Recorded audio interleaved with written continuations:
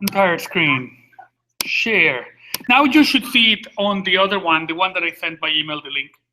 Okay? Oh, okay. Just jump back onto that one then? Yes. Okay. I'll see you over there. Okay, thanks. Thank you. Bye.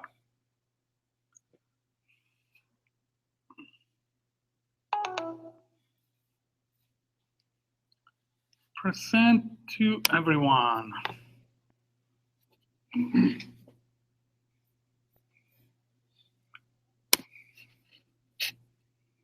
Can any of you see that stuff? I am on Google Hangouts, right?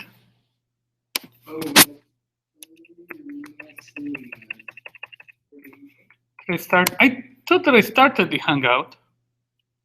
I have Hangout with you. Oh no, but yeah, no, I started one. I sent you guys a link by email, but I don't see anybody else. I don't see. I never received that actually. Chat.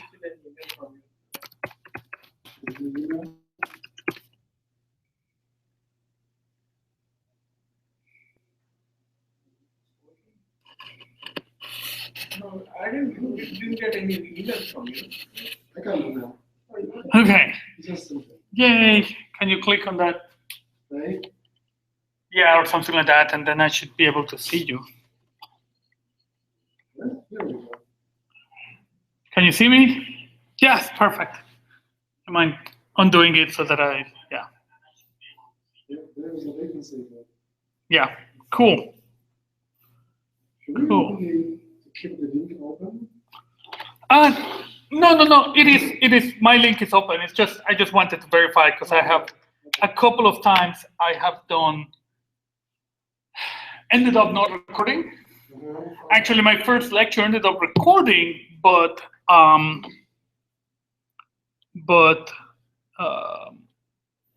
why am I not sharing my screen?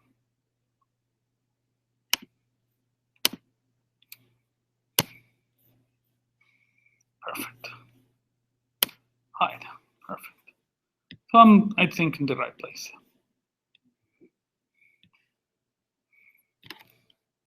I apologize for starting late. If you're online, I can never enter the classroom physically. But eventually we'll figure out, or not. So today we are going to talk about classes, and then we'll talk about arrays. Trying to hook up the thing to the screen. Let me mention, and I'll also mention it by email and stuff like that. I will not be here, so we will not have a physical lecture next week. Okay. I am out of town. I will record videos and attach them to the notes rather than try to risk my internet sucking or something like that. And we can always, I'm in the country, we can, you can still call me or text me and we can always Skype or something. Depending on, it's more, the phone works everywhere, internet, who knows what will happen. But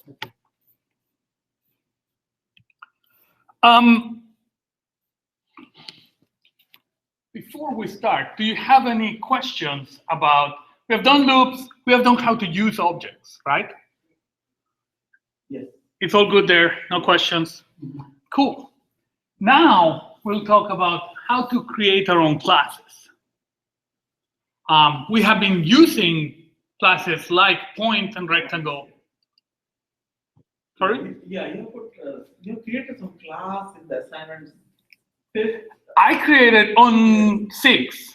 6th, yeah. I created the class, but you're not supposed to even look at the code, right? I mean, you are using it. I just got, what is this person? I just clicked on it, I saw, then that's used for testing, I guess. Exactly. But you don't need to see the code to be able to use it, right? You just need to know these are the methods that are supported. This is what it's supposed to do. You don't need to, right? If you do, there's no problem with it. But you don't need to know how to define your own classes. Now we're going to talk about how do you define your own classes, right? And we'll do relatively simple stuff, right? Now, I think you mentioned the other day, like, okay, one kind of the trick is to create lots of small functions, right?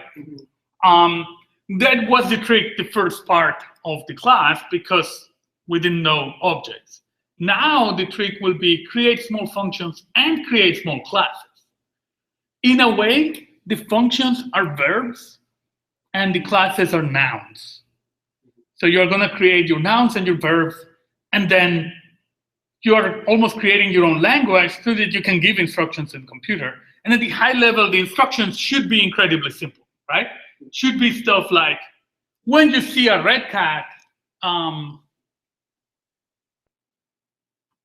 bark, so it runs away, right? That's what your main would look like. But then you need to define all the other stuff. And so you kind of build both top-down and bottom-up. You build your classes, you build your nouns. They have methods, which are also verbs. Then you have static methods, which are verbs. And then eventually you build it so that your main should be incredibly simple. Should, maybe. And then reality appears. But so ideally, if we create the right classes, they correspond to a problem domain, right? We are talking about e-commerce. So you have products and categories for products and attributes of your products, and your products have prices and things like that, right? If you manage to come up with the right things, then your problems become easy. And that's the idea. We will, as we always do in computer science, we will cheat and focus on the easy part. The easy part is the syntax, right? What is the hard part?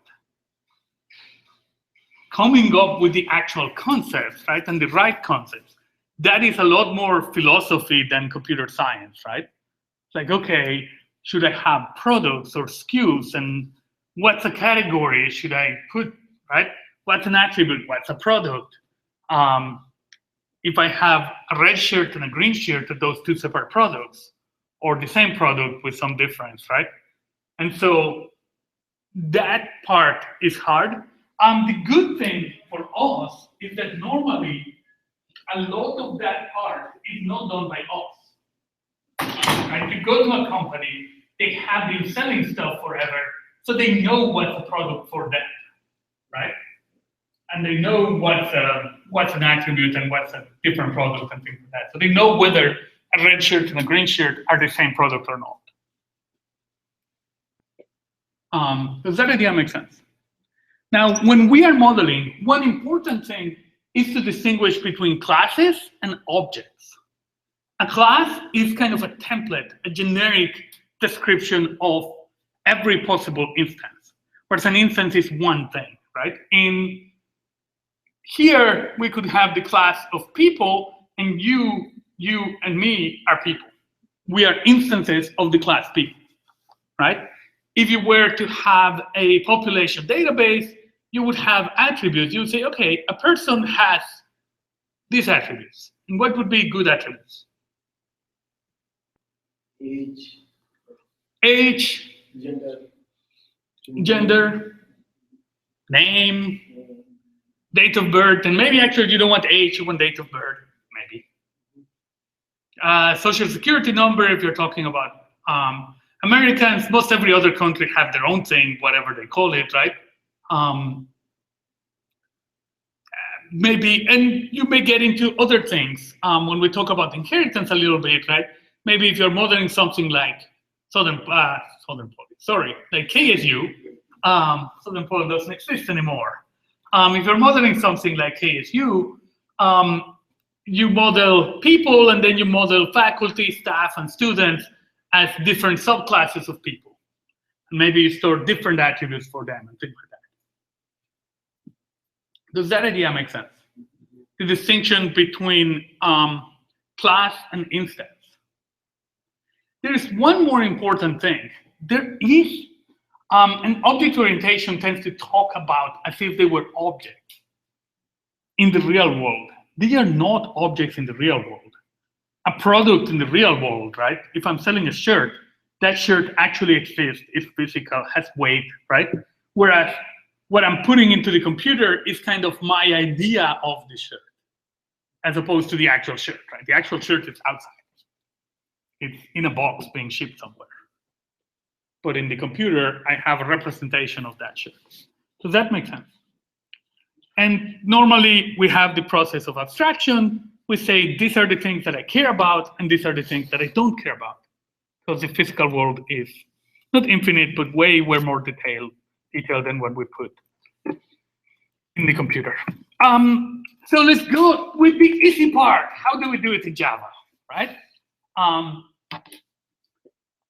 In Java, our classes will normally be public, and Java almost forces you to declare your classes in a file with the same name. And it kind of forces you to use your package structure as your folder structure. So if you're defining a class person, it should be in a file named person.java, right? And if the full name of my class was kennesaw.assignment.person, then the file should be eventually in a kennesaw/assignment/person.java. You can let Gradle or your IDE move stuff around a little bit, but that's kind of the easy path. That's the easy way to do it.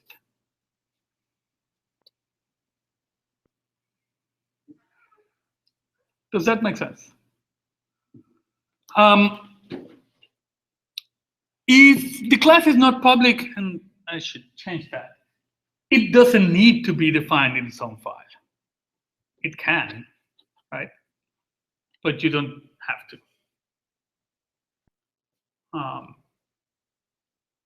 And we'll talk about static classes and things like that. I think that is actually slightly wrong. Doesn't matter whether it's public or not, but whether it's top level or not. But oh well. I think the default, it's public. Actually, the default in Java is a weird thing, which is packaged private. So it is accessible to other things within the same package, but not to everybody. Okay. I think that is the default. And actually, that is really weird because you cannot actually explicitly say it. The only way you can say it is by not putting anything. Okay, so for that, I'm a class person. That's it's the same as saying public class person. No, no, Private. neither. Okay, let's go play.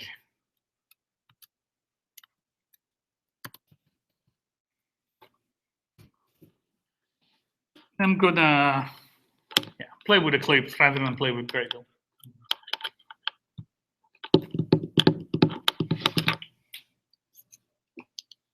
That may not be a bad thing to we'll talk about it also in the concept of a class and the attributes of a class, but we can play with that stuff.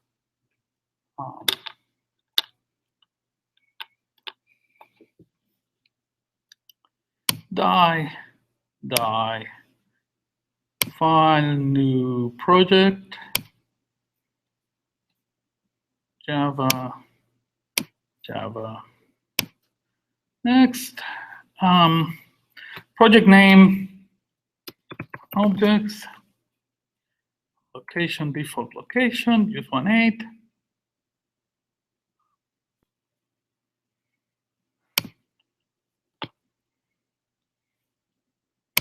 Finish.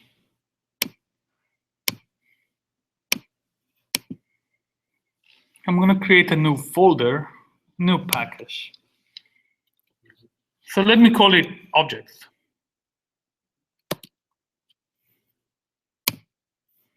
And then I'm going to create a different package called main. In main, I have a new class.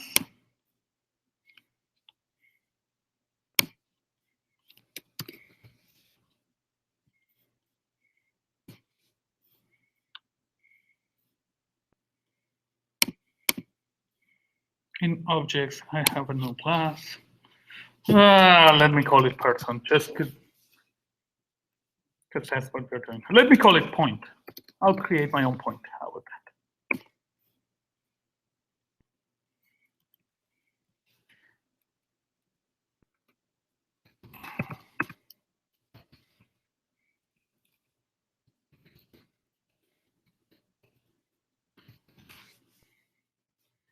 I am creating two things, X and Y.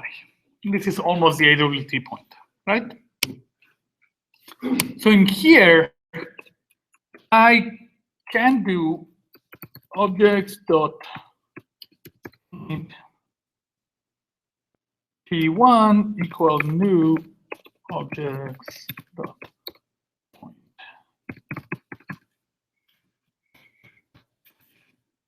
Right? If I don't want to be typing the full name of the class, what can I do?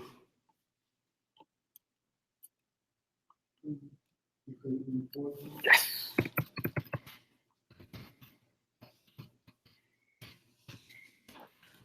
And then that allows me to just use point, right?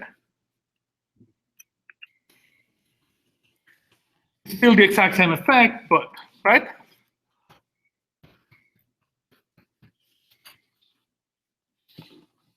Right? This point class is public, so it all works.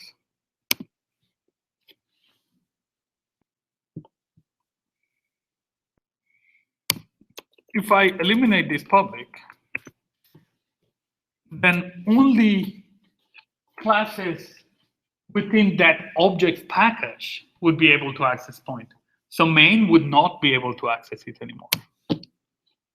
Oops, except when it does. Yeah, it's giving me the errors, right? Yes.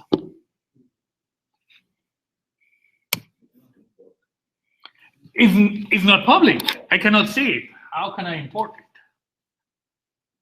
Right? It doesn't exist as far as that other guy is concerned. So if I do public, then life is good.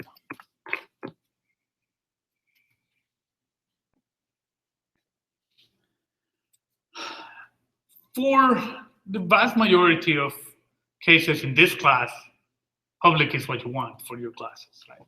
It's not always, but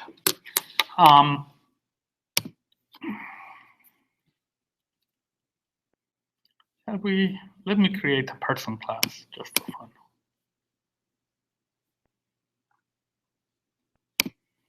So we can follow the examples.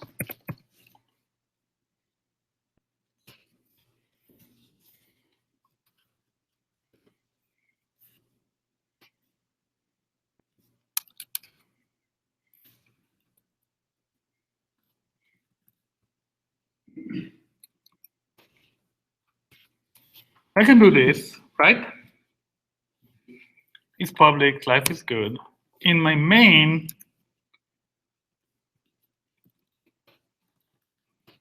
I can import.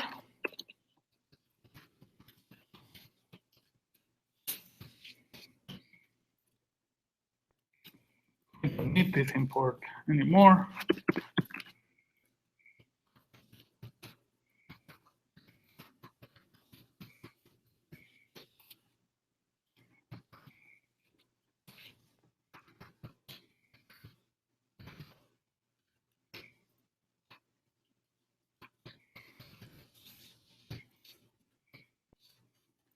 Right?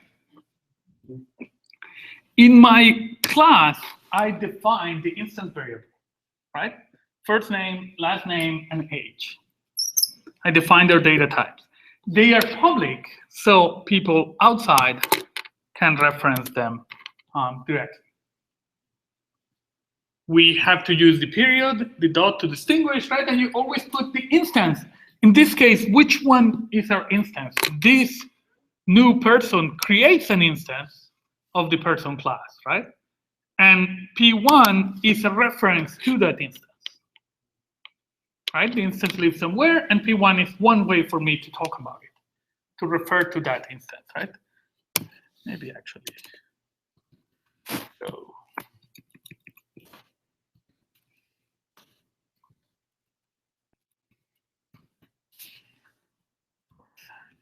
me use Joe.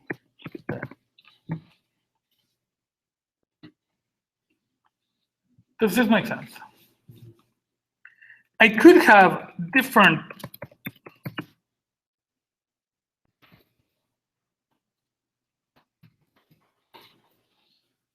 how many variables do I have here in my main?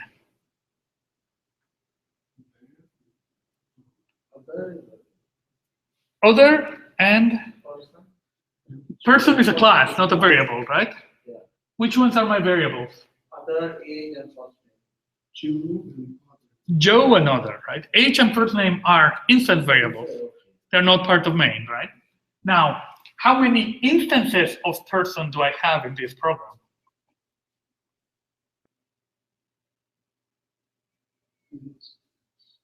Two. Actually, only one. They both point to the same, right? Both Joe and other right now refer to the same person. So that's just make it clear.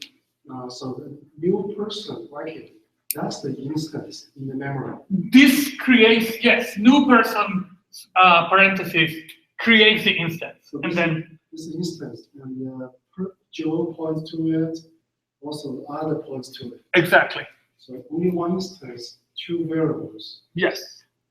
Okay. Of course, if I do this, then I have two instances, right? And actually, officially, I don't even have to, right? It's this assignment that stores it into a variable. I could create the instances and never store them in variables. I cannot do anything with them, but I just created them.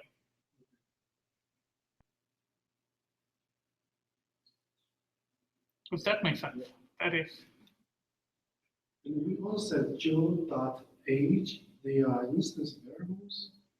Yes, they are parts of Joe, subparts of Joe, right? They're called instance variables. They belong to the instance.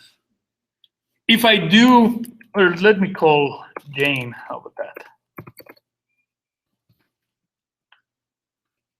Jane.age equals 15. That's a different age, right? That's Jane's age, not Joe's age.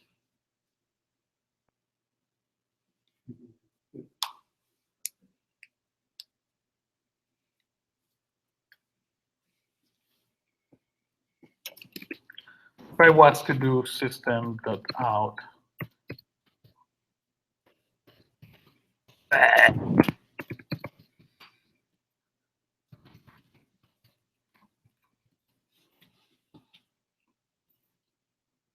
this would print 15.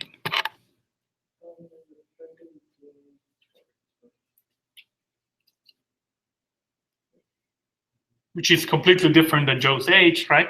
My class definition defines the template. It says every person has a first name, a last name, which are strings, and an age.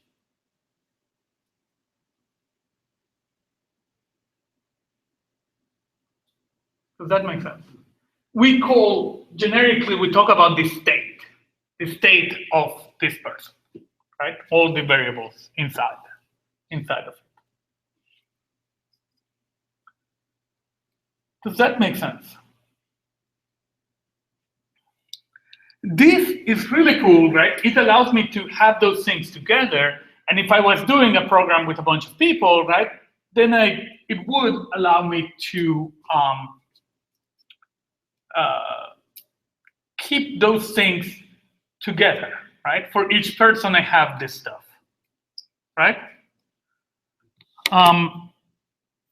Now, there is a bunch of other things that I may want to do, right? So that's the first thing, right? You have variables, you have instance variables, and that is kind of the basic stuff, right? I can do stuff like this.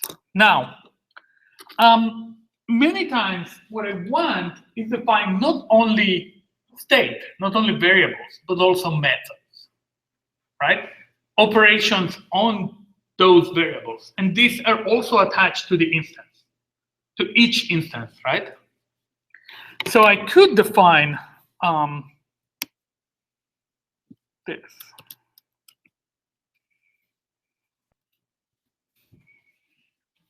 A get full name method. Within a method, I can use the keyword this to refer to the object that this is being called on.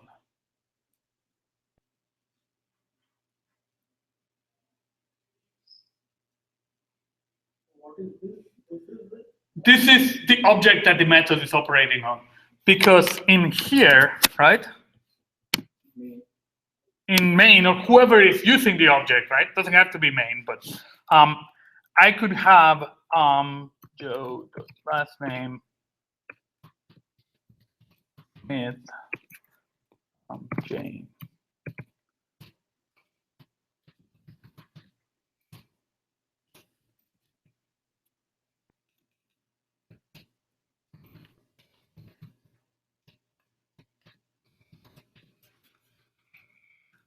So I can put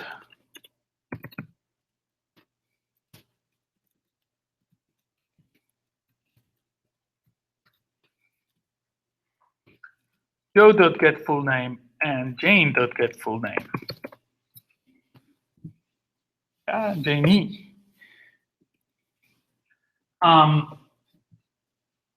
When I call Joe.get full name, right? Get full name in the person class gets executed.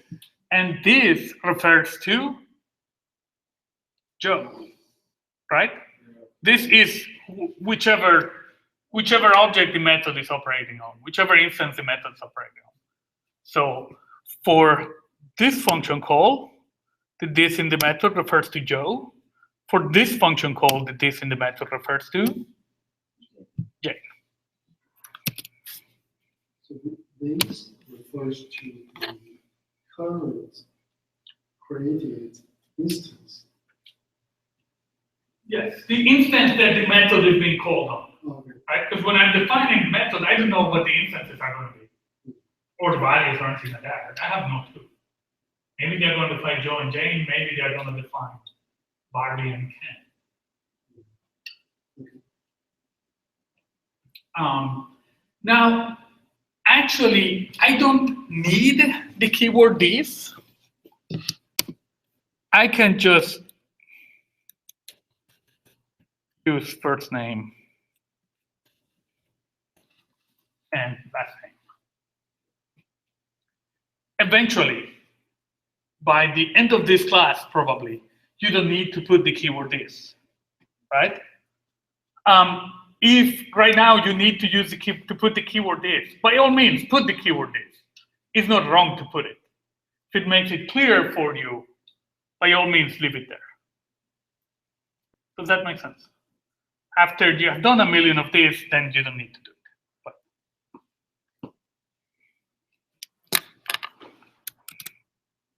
you could define other methods. Say that I want to do get formal full name, where I put the last name first and the. And let me leave it on this one and not on that one.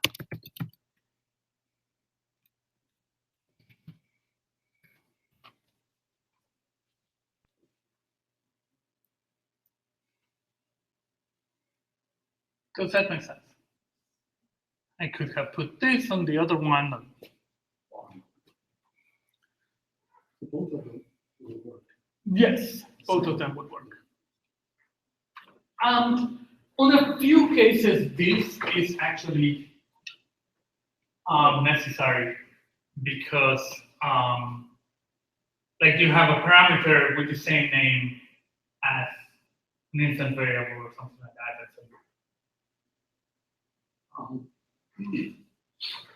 Does that make sense?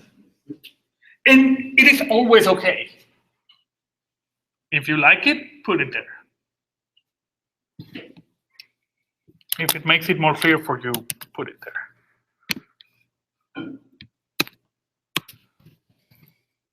Other language have such the if keyword?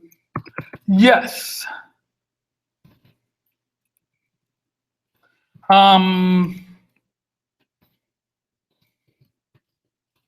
What's going on?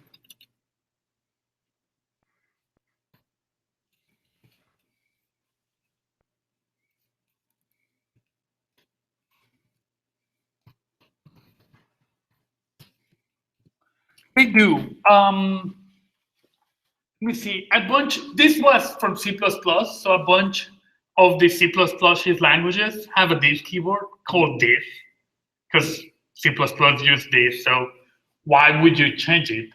So Java, C#, C++ use this. Some other guys use self. In Python, when you declare the method, you actually explicitly name the first variable. So the first variable for the method is whatever you want, but that's going to be the object. So you define your method with an extra parameter for this, make it explicit, and so you can call it whatever you want. It is customary to call it self. JavaScript uses this. Some other languages use self or something else.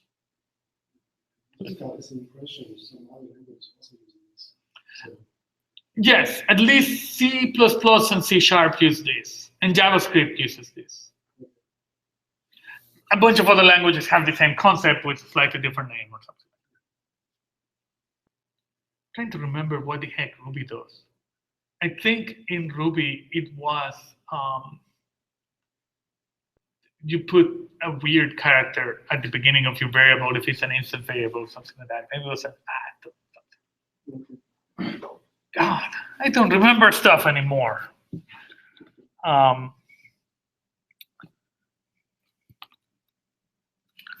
if we were to run this, we would get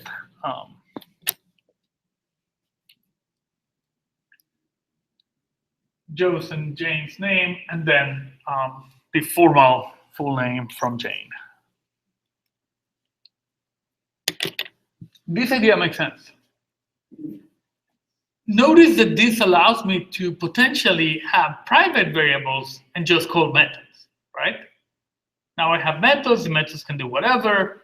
My variables can be private, right? I can change how I do things on the fly and things like that.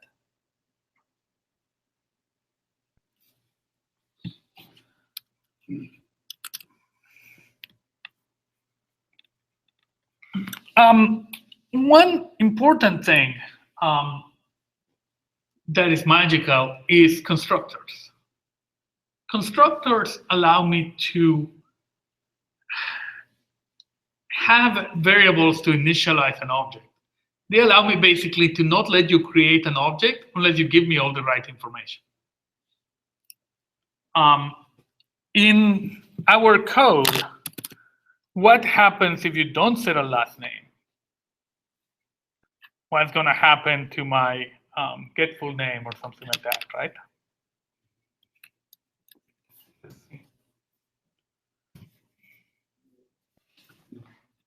Your name is now Joe Knoll. And if I was doing something like, and here I was doing to uppercase, right?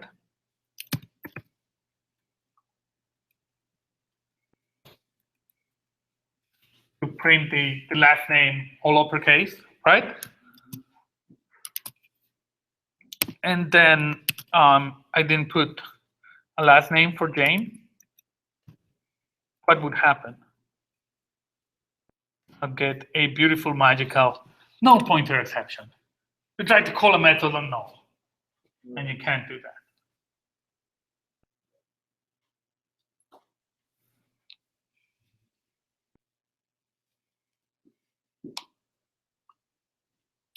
So this would be bad, right? We could write all of our methods to account for all the possible ways of being wrong, but we can also require you on the constructor to give me values for things. Does that make sense?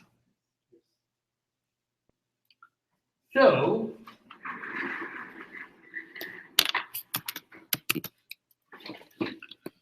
I can define a constructor. In Java, my constructor has no return type. It looks like a method, but it has no return type. And that's because, well, you're not returning anything, you're building the object. And it has the same name as the class, which kind of makes sense, kind of sucks. But that's okay. So I would do, and I want my constructor to be public, so I do public person, and I can define what I want.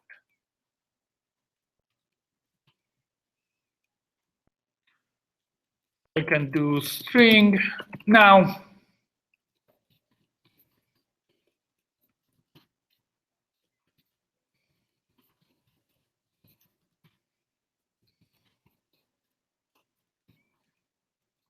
here we enter a standard problem.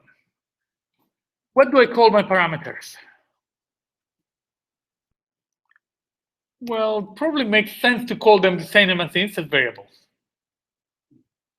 But then how do I distinguish among them?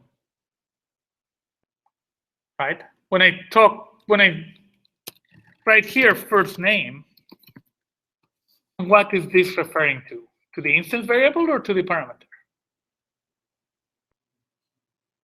So there are basically three ways to deal with this problem. One of them is to mangle your parameter.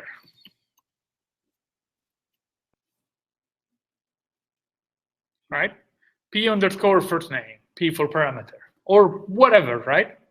Param underscore first name, whatever makes you happy. Right? Mangle your parameters. Another one is to mangle actually your instance variables. Actually fairly common for people to use this kind of stuff.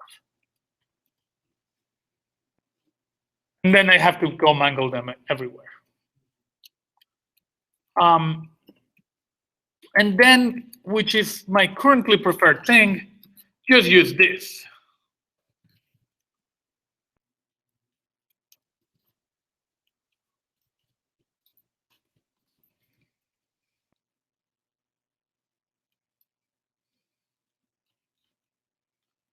Does that make sense?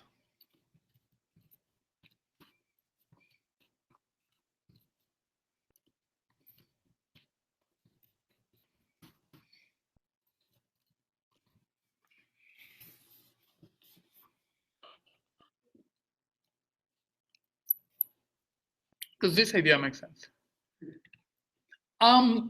Java will do something slightly nice, which is if you don't define any constructors at all, Java will define one that takes no parameters and does absolutely nothing. As soon as you define one, then that one disappears, and you can define more than one constructor, but only the constructors that you define are accessible. Does that make sense? So with this done, now my code doesn't work anymore, because I cannot call these guys anymore. I have to pass stuff.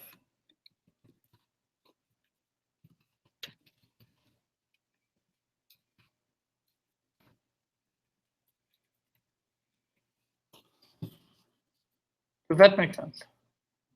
The default one that takes no parameters disappeared.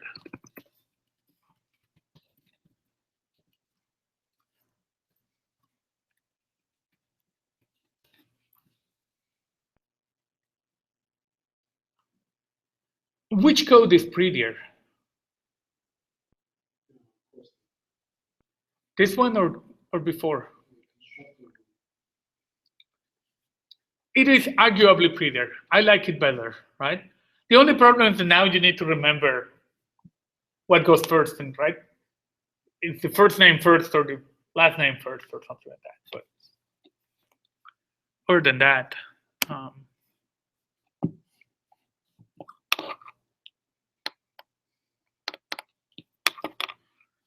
does this make sense?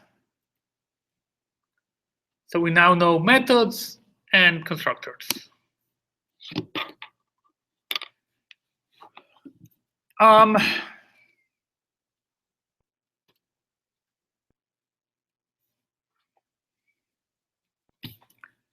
me see if I can figure out. You can do a couple of weird things.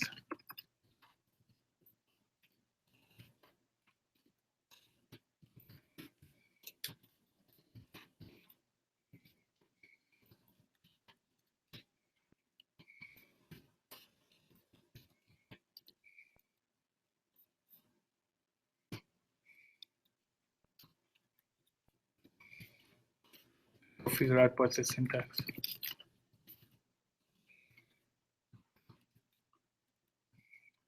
This? No.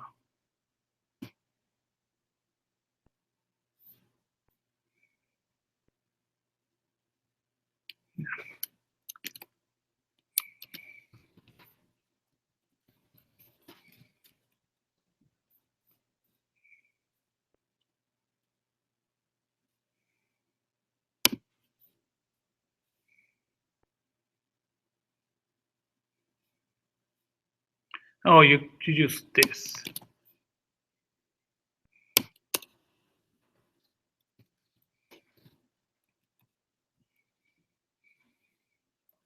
Which is weird syntax.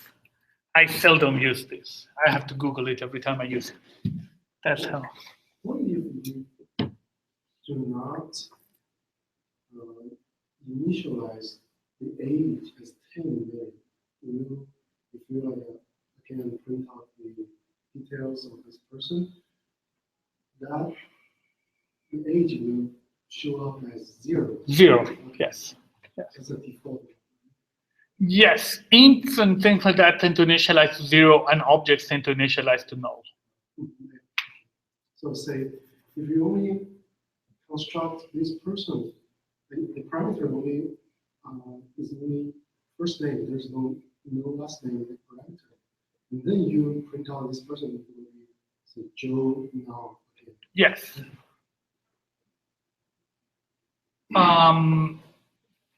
Except that, right, here I defined you have to pass me 3, right? And here I'm saying, okay, you can do it with 2, and I'm going to assume this is the. And I could do, right, define even more things, right? Maybe you can do it just with 1.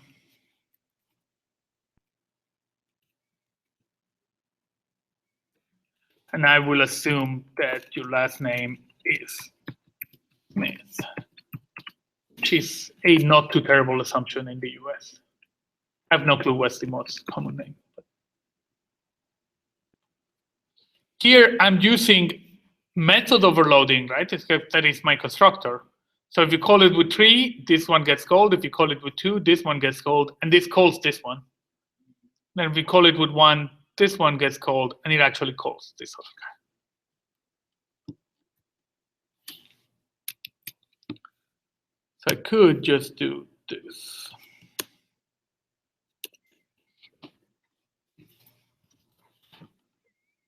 And it would work.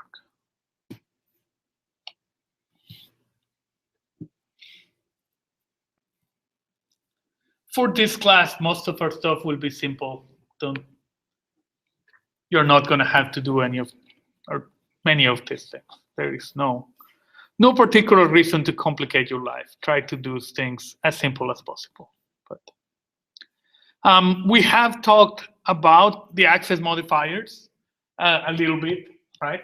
And the same kind of stuff happens within a class. So I can define,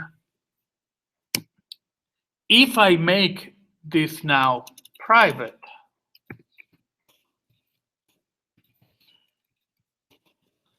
I can, right?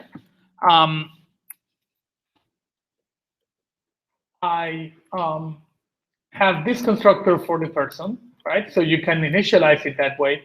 And then you don't really need to know, and I'll just let you do get full name and get formal full name, right? So you do it when you initialize it, and that's it. When I declare my variables private, or actually my methods, what's this guy? H is not used. It is used right here. It makes perfect sense, right? I'm not actually using it. If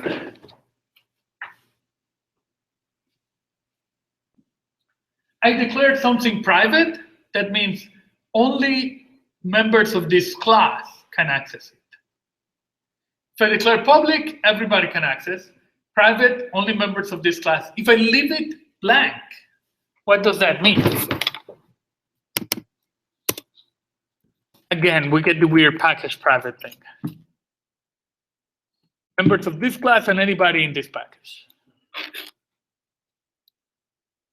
Basically, everyone in this package. Everyone in this package, but nobody else.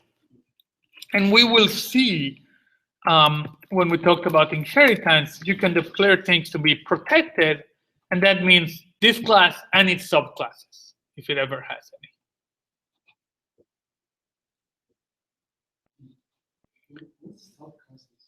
Inheritance is complicated. Inheritance, which we'll talk about next class, enables you to define a subclass. So you could define person and then define student and faculty. And say, okay, for faculty, I'm going to store their social security number. For students, I'm going to store their student ID. Right? And so you actually, there are slightly different variations of the same class.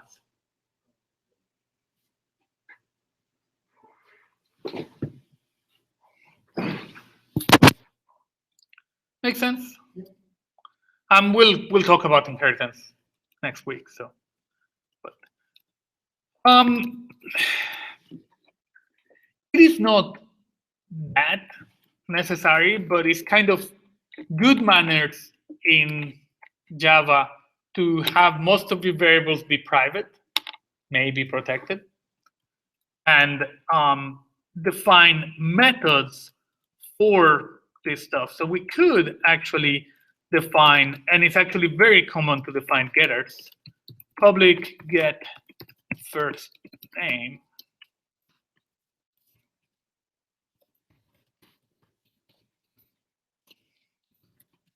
I need to declare what do I do, right?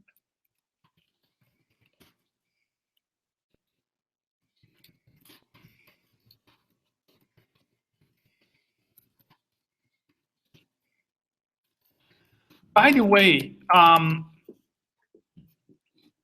many times in real life, your IDE does this stuff for you. For this class, don't do that because I want your fingers to train themselves to type this stuff, right? In real life, yes, you can use your IDE, but in this class, don't do it because you don't have your IDE for the test.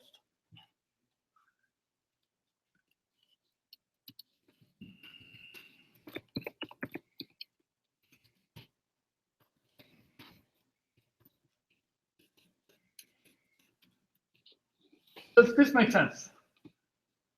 It is fairly common to define getters.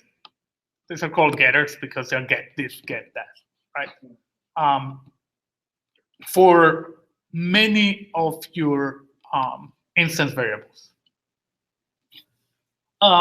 Depending on what you're doing, you may define setters that set your instance variables individually, or you may not. This is actually a beautiful pattern for a class because it is immutable. You cannot change it. You set the values at the beginning, and then you can never change it, which makes thinking about it a lot easier, makes reasoning about it a lot easier. It never changes. Once you can change stuff, then you need to go figure out, did somebody change it in the middle? Does that idea make sense? The things to set stuff, we call them setters, and they're kind of the same pattern. It's like they're set this. They're always void, so let me do it with H just for fun. Public void set H.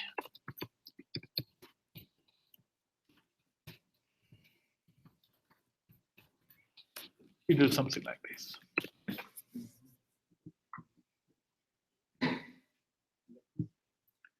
And depending on what you are doing, most of the time, either all your variables are public and you really don't need any of this stuff, or everything is private. It's almost either one, no encapsulation, and then it's just a container for data, or you want full encapsulation. That's kind of the most common use cases. I think I read that book says it's always a good practice to use getters and setters. Yes and no. In these things, those become matters of style, right? Object-oriented people would tell you to always do getters and setters because what they allow you is to later on change it.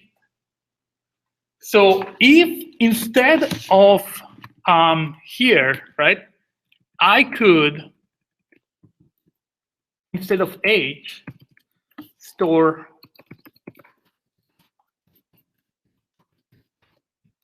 year of birth, it's not quite true, right? But so instead of doing age, I would do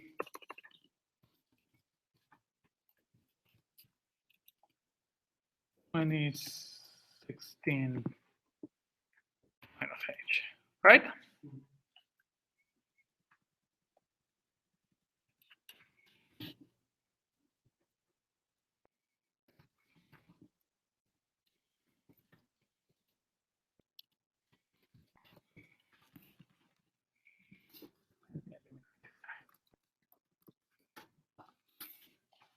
So I can change the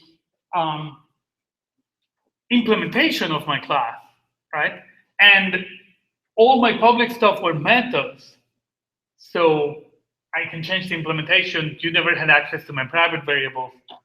I can change it. And so this is the idea of always do getters and setters.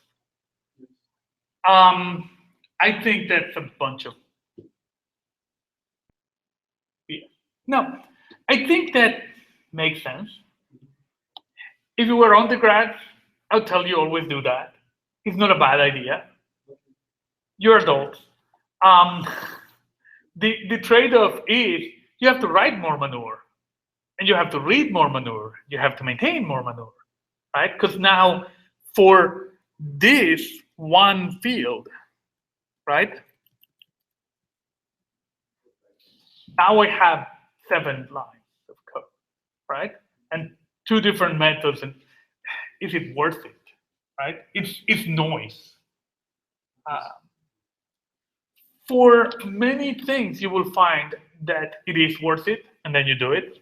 For many things, you'll find that no, I'm just creating this tiny class to store the, right, just for the variables, to store these 3 things together, right? Make it all public. Just if you use getters setters, disadvantage is more amount of code. Yes. More work. More. We are programmers. We should be lazy, the right kind of lazy, right? Like, I don't want to work. I want the computer to do the work. That's why I'm learning how to program it, right? And so more work is bad. When should you do one or the other? It's not a bad idea to always do it. It's not a bad idea to many times not do it. Just curious, in real life, in your work, which style people mostly choose? In real life, we end up fighting endlessly about those things. Okay. Like, it depends. I would say it's probably a good idea to follow good coding practices and things like that. It's probably a good idea not to be a stickler for it, especially on other people's code, right? So, like at my work, we tend to always make the stuff private and use getters and setters and things like that. I tend to fight against it, and a couple of other people in the group that I'm in just fixed it by using Groovy instead of Java, and then everything's public by default. But you're not mentioning the public keywords, so nobody noticed. And so we make on that project we make everything public by default, and it's perfectly okay. But I mean, it's like no big deal. But it depends a lot on what you're doing, right? Some things you ought to make them private, but not necessarily everything. Perfect. The only other thing that we need to mention is static stuff. Static variables belong to the whole class. So instead of doing this, if we're doing year of birth, we could do private static final current year equals 2016.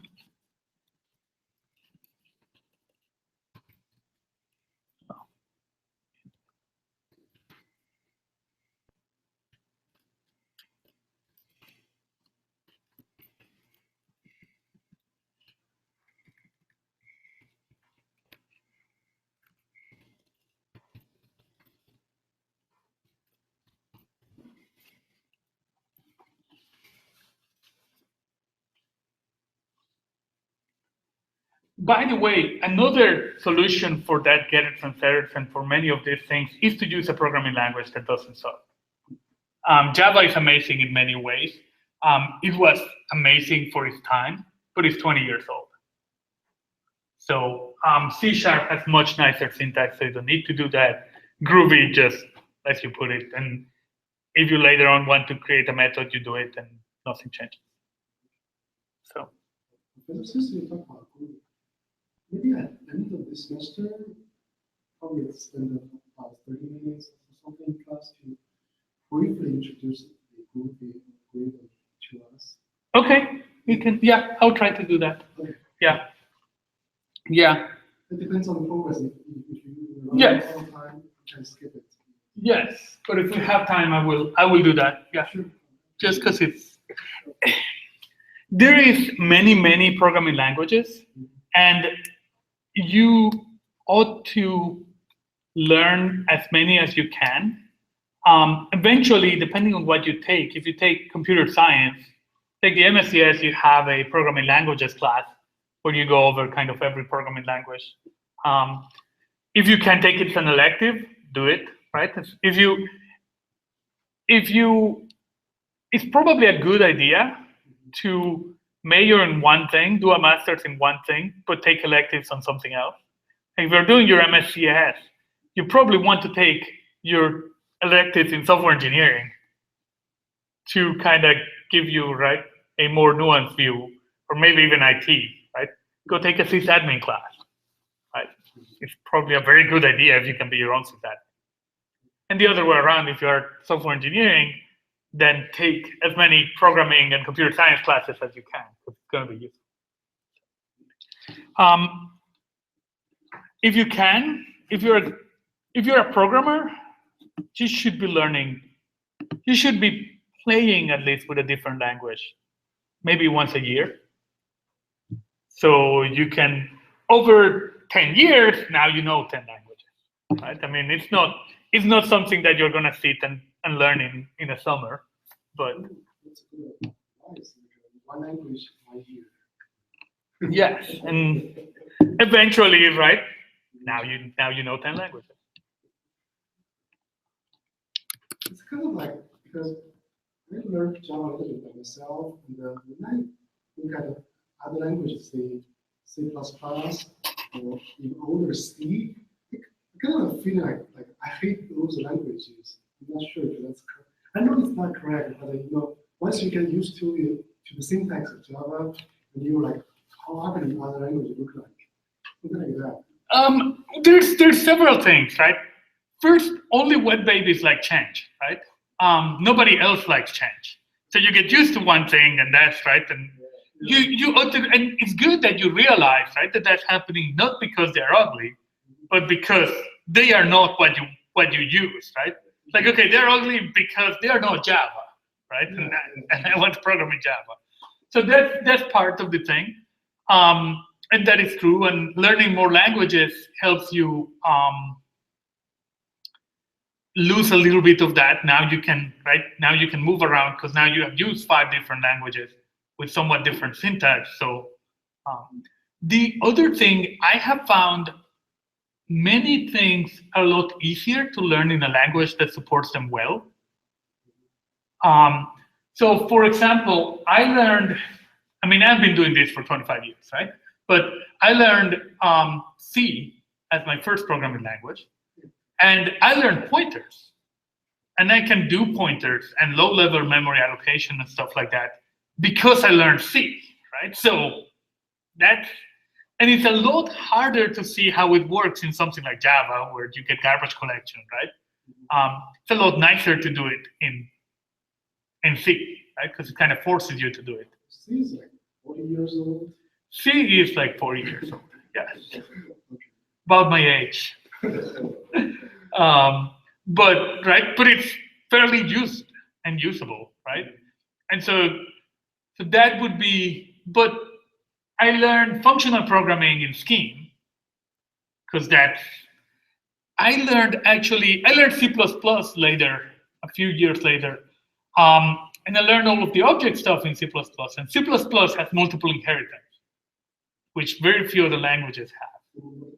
Multiple inheritance. You can inherit from more than one class, and that makes your life complicated. And so that's something that you're probably not going to learn anywhere else, just because C++ has templates, which are generics. And they were an advanced concept. They're still an advanced concept in Java. In fact, we don't even cover them in this class, how to create your own generics. But when I learned Haskell, which is a functional programming language, generics are obvious. So it's like, oh, now I understand it. And now I can deal with ugly syntax and crummy error messages, because now I understand it. But I don't think I would understand them as well if I hadn't learned Haskell. And dynamic stuff with Prolog or PHP makes it a lot easier. And so now I can do it in whatever language. So many languages will kind of push you toward thinking different ways. And now you can use that thinking in a different language. And it is okay. So, okay. So that's about it as far as classes. Static, we did. We talked about it now. Static things belong to the class rather than to the instances. So if you have, oh yeah, I was doing the example, right? If you have this, not every instance has that variable. That variable is just part of the class. I'm declaring it final also, so I can never change it, but that variable is part of the class, not the instances. So I don't get, if I create 10 people, I don't get 10 copies of this variable. I just get one copy. If I was to change this, then I could, they are all accessing the same thing. So I could do private,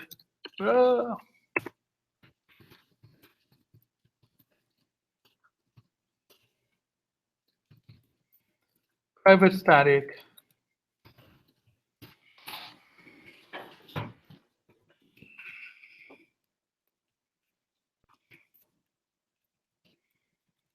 Here I could do stuff like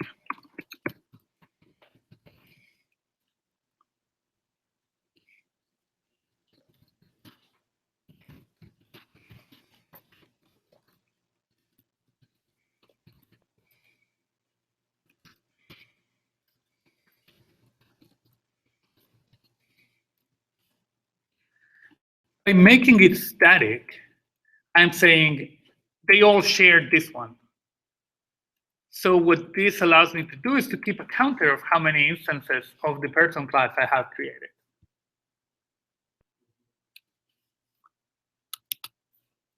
So in here, I could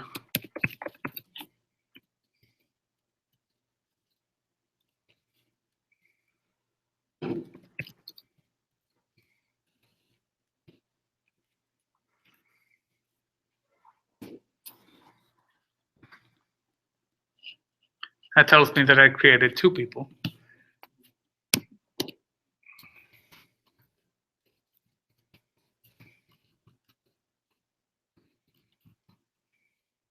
This gets called, it actually creates a new person, right?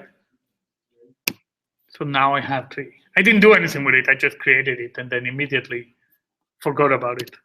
But it still has a side effect. So static, it's a class variable. So only the capital person, capital P person can access to it. No, actually, every instance accesses it, right? Everyone. Look.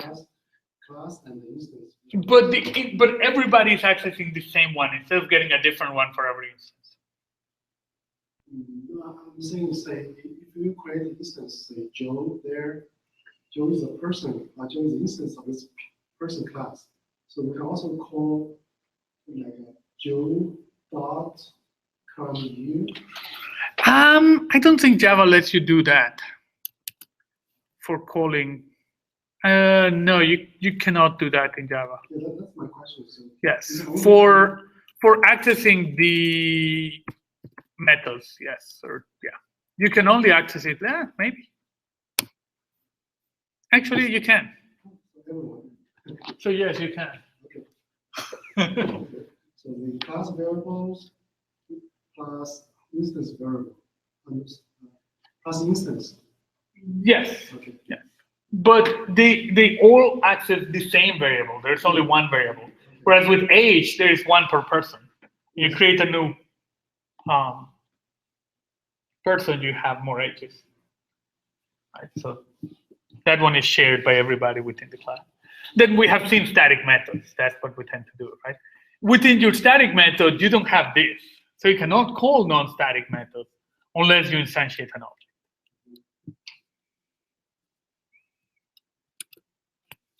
Now we are done. Do we want to take a 5-minute break before talking about arrays, or do we want to go? We can go? I can keep going. Cool. You want to take a rest? No, I'm cool. Let me go get water in a sec. But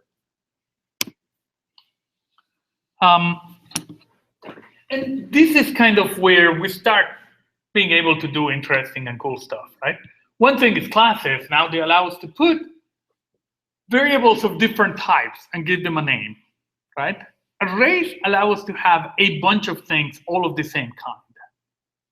And that is fairly common, right? Many times we want to deal with a bunch of numbers, a bunch of people, a bunch of, right? So arrays are kind of the most basic way of dealing with a bunch of stuff.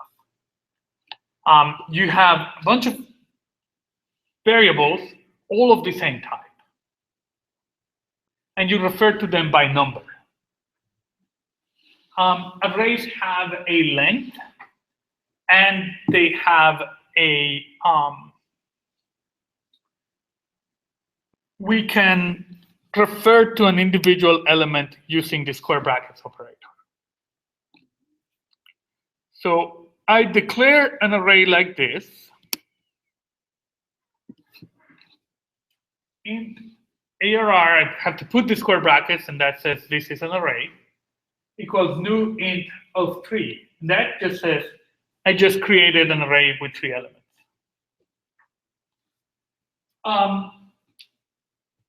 Only when you're, this you can use in assignments or anything like that. When you are declaring the variable, you can also use these braces and put the elements of the array separated with commas. But you cannot do that in other situations. That's kind of weird syntax.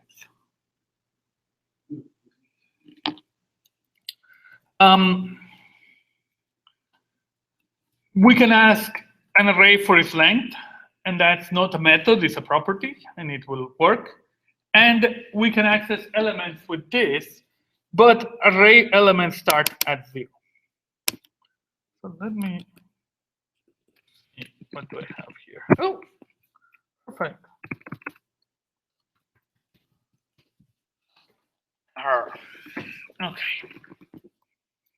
Let me do this. 1 sec.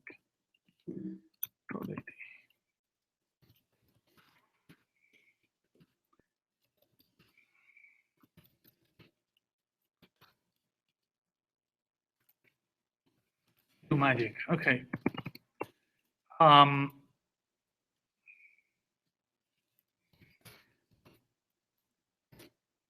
you're doomed. You cannot use this yet. But I can. The new version of Java, Java 9, which is not quite out yet, includes JShell, which gives you a REPL, which is beautiful. So you can actually type stuff and get immediate results, as opposed to use Eclipse or something like that. It's more like an interpreter rather than a compiler. So who's thinking, what is JShell? It's a REPL. REPL? REPL, readable print loop. Those make learning a language much easier because you can immediately type something and get immediate feedback. So I could type 3 + 4. This is a Java expression, right? It's like Java REPL on the website, but this one sucks less. So I can do things like this, int ARR.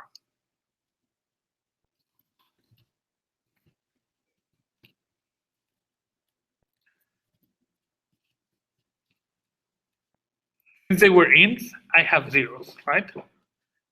And I can do ARR of 0 equals 21. So I have ARR of 0, ARR of 1, ARR of 2. Oops. I don't have ARR of 3 because we start counting at 0. If I have an array of 3 elements, they are 0, 1, and 2. Does that make sense? We start counting at 0 for historical reasons. They are about equally good.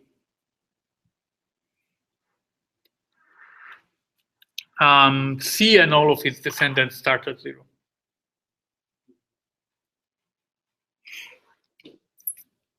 It will feel perfectly natural to start at 0. In a couple of months, you start counting at 0. Nah. But and that is basically all there is to know about arrays, right? We can use for loops, right? For int I equals 0, I less than ARR dot length.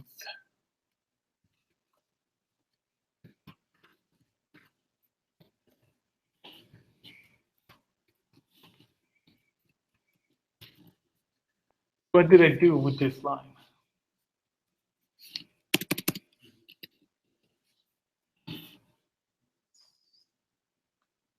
Initialize, right? Yeah, I did a for loop and I initialized each element of the array to 10 times its number. So the first element is now the second one. Yep. So I could have do a for loop that does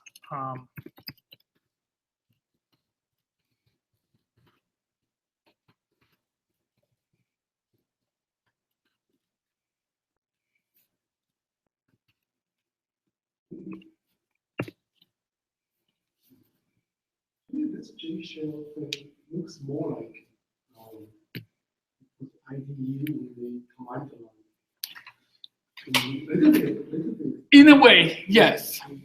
Not exactly.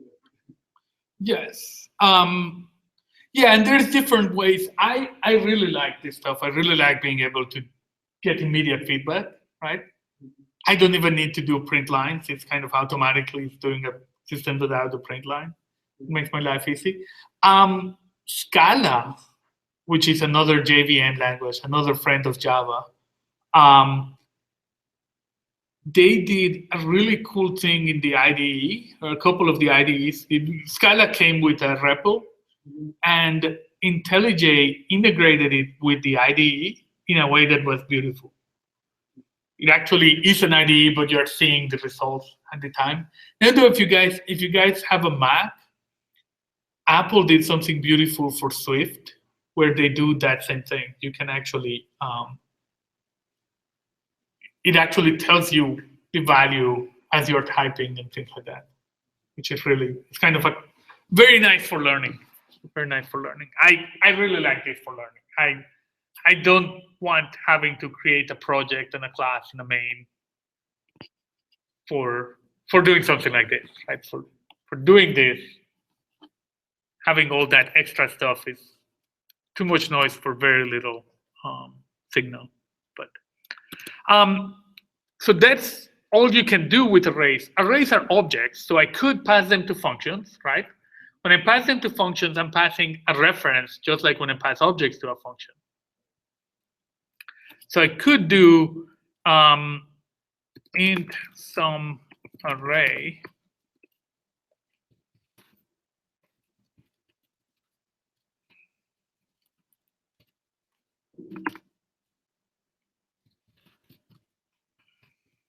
How do I add up all the elements of an array?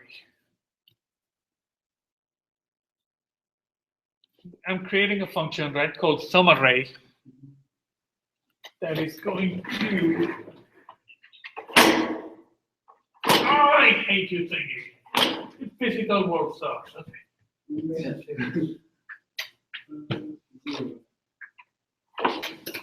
In sum equals 0. What else do I do? Sum plus equal in bracket. Almost, right? I mean, you have to use a for loop in there. yes, I need a for loop, right? It's even better. It's even better. I think this is better for now. So I can do for int I equals 0, I less than what?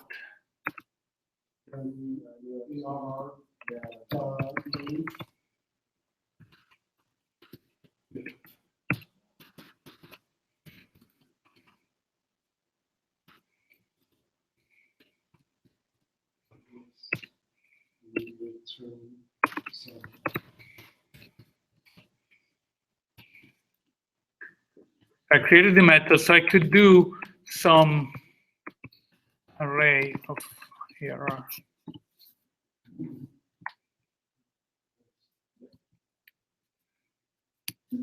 I use the Oracle the circle plus a little bit, so this looks more like that. Yes. It's just an immediate gratification kind of thing. Results. Yeah.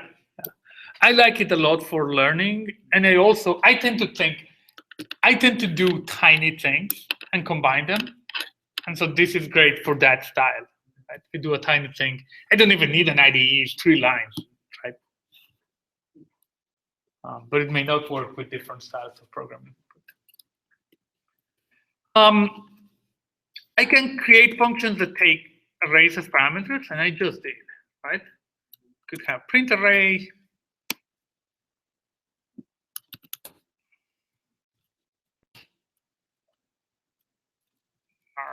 So let me do public static.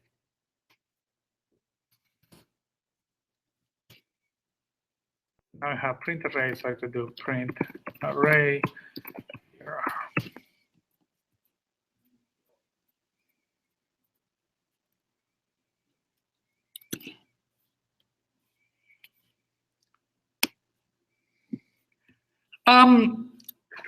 Java has an even nicer loop for iterating through an array or through a collection.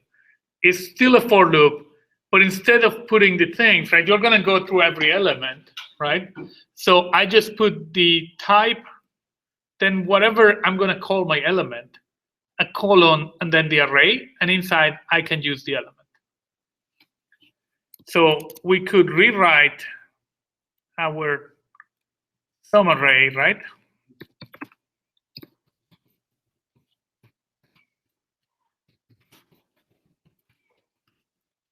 As sum equals 0.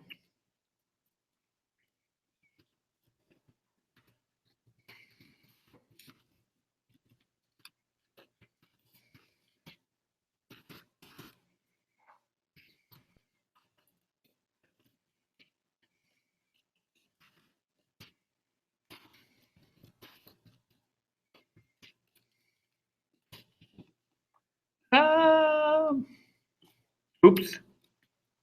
Grr.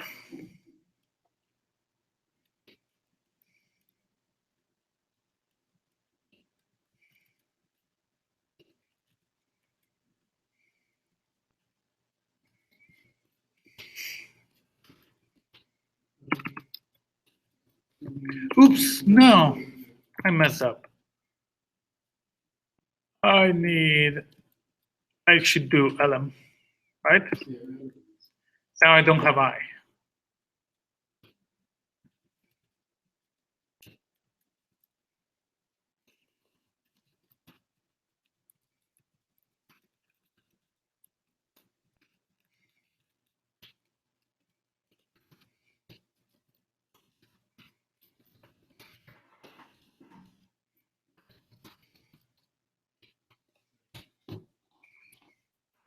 I can call some array2 of ARR. I can do stuff like int a2 equals 1, 2, 3, 4, 5, 6, 7. Oops.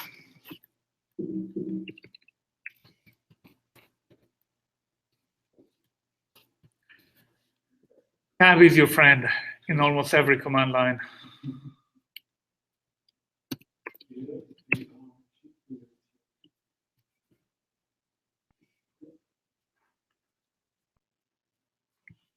Makes sense? Cool. Let me see. I think all the rest is examples, right?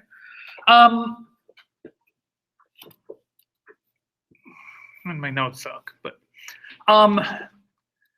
let's do min, because that one we probably, let me go to Eclipse, right?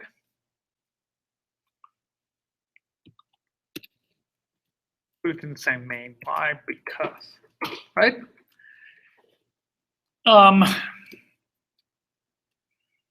Actually, okay, let's do min. Int min, int ARR. How do I calculate the smallest element in an array?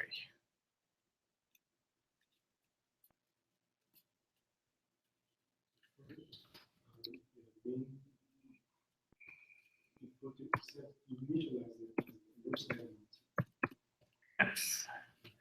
And I'm going to go through every element in the array and compare, and if it's smaller, set it, right? I could go through every element, right? How do I do it? With a for each loop.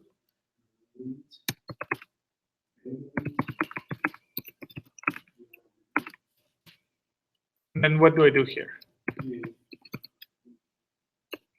LM.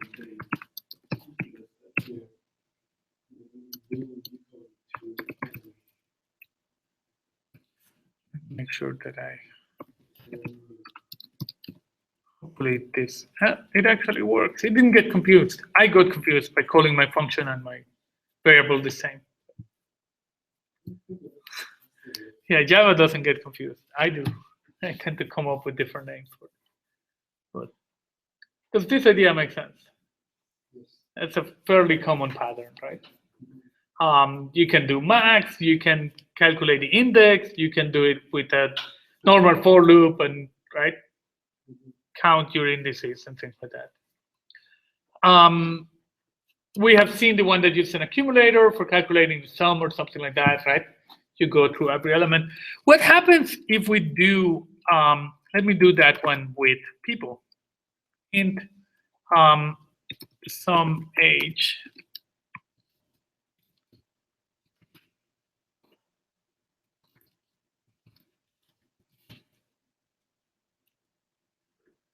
I'm going to add up all the ages of all the people. What do I do?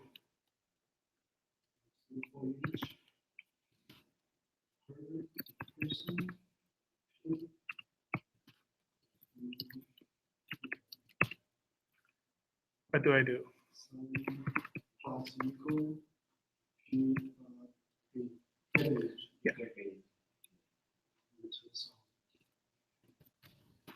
Yeah.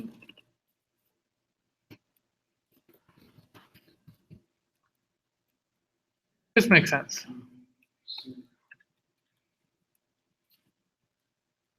I could have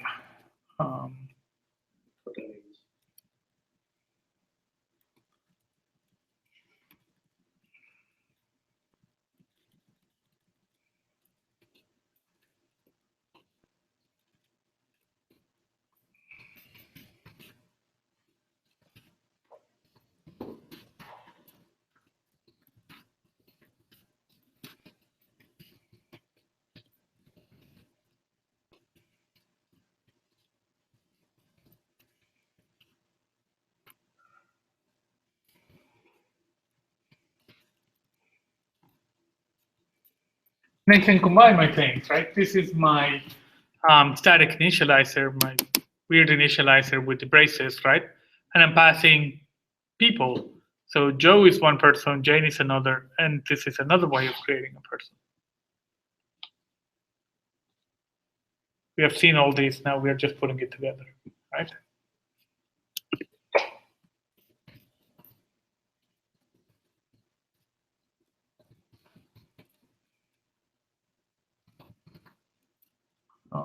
So many people.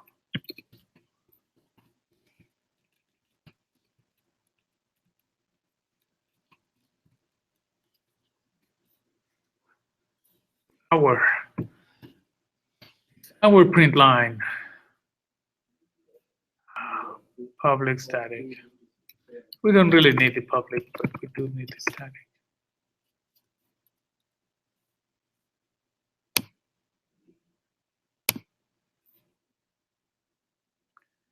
$65,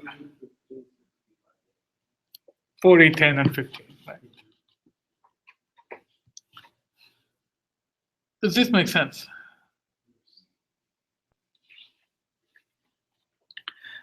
There's a couple of more examples over there. Let's do something cool.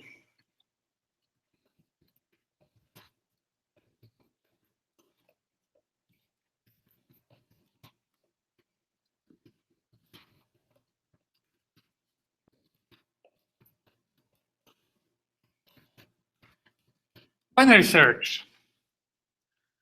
A cool algorithm. What is the idea of binary search? How can you find an element in an array? Right? What do you need to do if you want to find an element?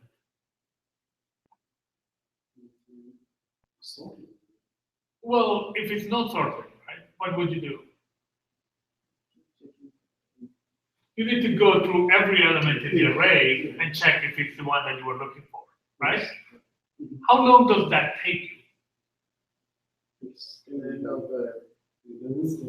Potentially the length of the array, right? And you will see these more data structures, but we call those linear, right? An array of 10, that's going to take you about 10 steps. An array of 1,000,000, that's going to take you about 1,000,000 steps, right? And you get, oh, do I expect maybe 500,000? Because, right, if it's in there, then my expectation would be in the middle. But that maybe more than 500,000, because maybe many times it's not there. You have to go through every element, right? No big deal. We can do stuff with millions. We have computers. It's even better if we can do binary search. If the elements are sorted, then I don't need to go through every element. You probably played this as a kid or with your kids, right? The kind of high and low game, right? Where I'm thinking of a number between 0 and 100 and you have to guess it, right? Yeah. So let's play. I'm thinking of a number between 0 and 100. 10. 10, okay, higher. 10 is higher than 20. Higher, 50. higher, 80. lower. 75. 75. Yeah, right? The strategy, right, is not to start with 10 and 20, right? But start in the middle, right? Do 50, right? And I have eliminated half, right? If you tell me higher, then I go higher. If you tell me lower, then I go lower, right? But I eliminate half of my range at any given time. Does that make sense? Yes. So that is what we can do here. We're going to do it the right way. Actually, we're going to do it the right way, which is recursively.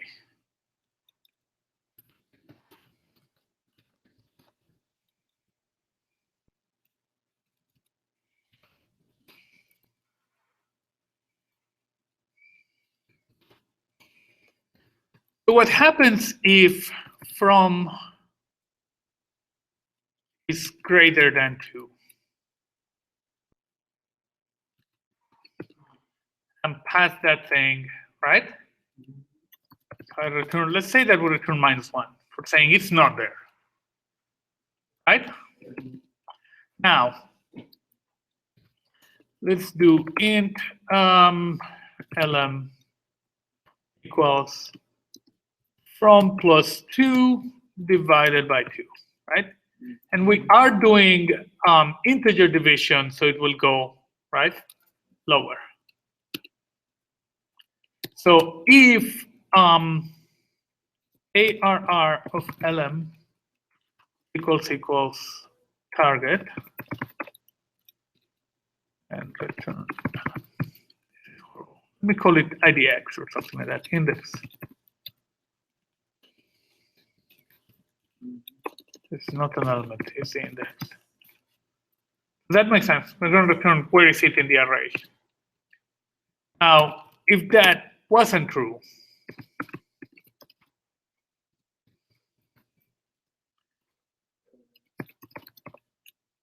if it's greater than our target,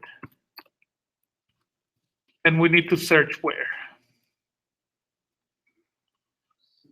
The element is greater than our target, we need to go down, right? Yeah, the lower part. Lower part. So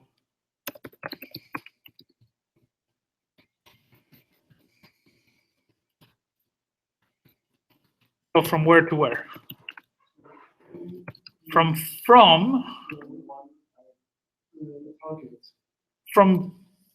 target is the number that we're looking for. From and to are from 2 into index minus 1.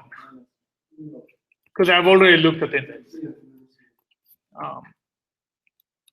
In fact, if you don't do the minus 1, you may enter into an infinite loop, to an infinite recursion. Now, otherwise, let me be horrible. It's good practice to always put your braces, but I don't. I like clear code better than good practices. We're going to do now op, right?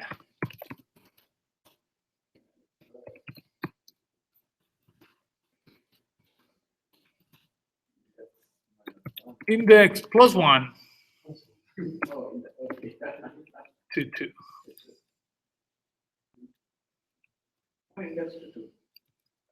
Again, if you do index, you are potentially repeating the same index, right? You're doing, but if they were exactly the same, then it would have returned. Sorry? So if it is index number, then it would have returned, right? No. Like from and to may be the same, and you would never progress. Yeah, you can structure this slightly differently, but you can get stuck. Whereas this way, you are guaranteed to never get stuck because you're always advancing one. Does this make sense? Is this hard to understand? Not at all, right? Recursion is beautiful. Recursion for the right things is beautiful. You could do this with a loop, but it's actually fairly common to mess it up in a loop. Actually, very hard to do with a loop. It's very easy to do with recursion.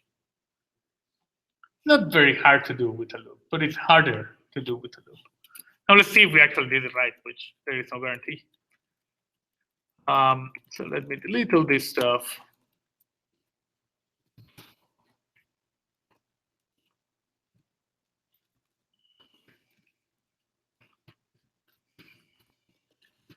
One, two, three, 4, 5, 6, 7, 8.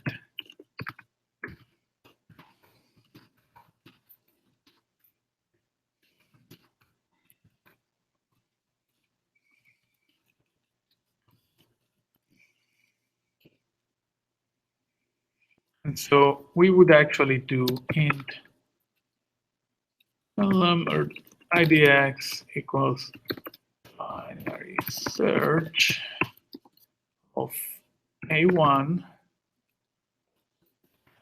Or which number do you want to search for? 3. 3. Then we're going to start at 0 and end at A1.length.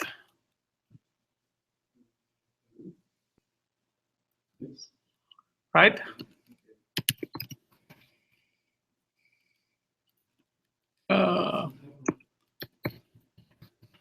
Oh, yeah.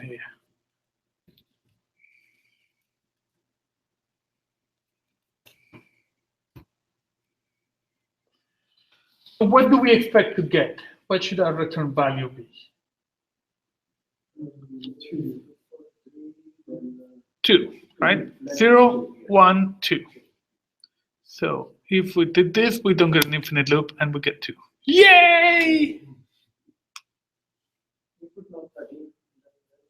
13? Sure. It's bad luck. So it's gonna blow up just because it's bad luck. We have the parameter in there, say, number of calculations. Say, how many times? We could do that, right? We could do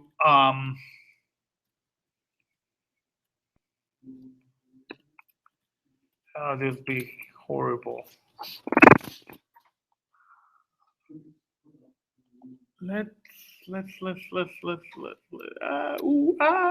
Okay. I think what the right. Hey, we just talked about classes, right? Ideally, what we would do, because every call would need a different, right? But not every call. Every major call, right? But not the other ones. So we can create a class that has this and that keeps track of the number of, right? So we would do public, that's really the static class binary searcher. And let's make this not static anymore, right? It will be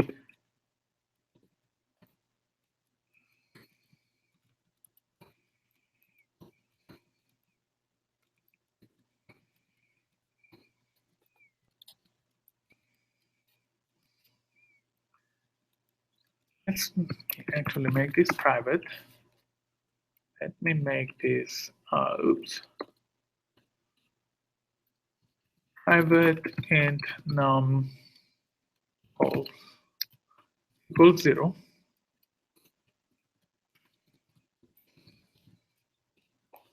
In my function now, I'm going to call increment num calls. I'm going to do public get num calls.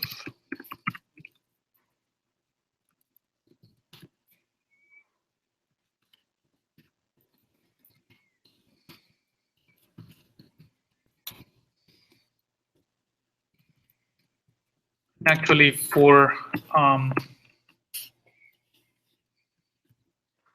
nice interface, right?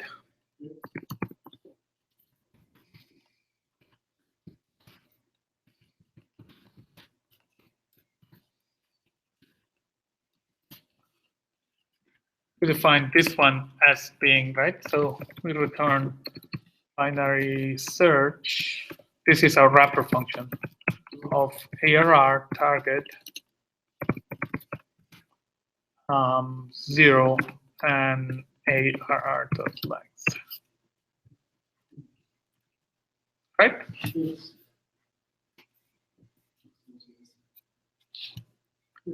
Does this make sense?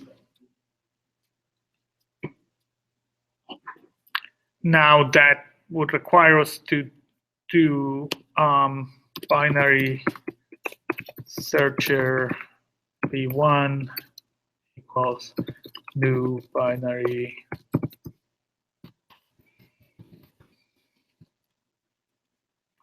maybe we want to do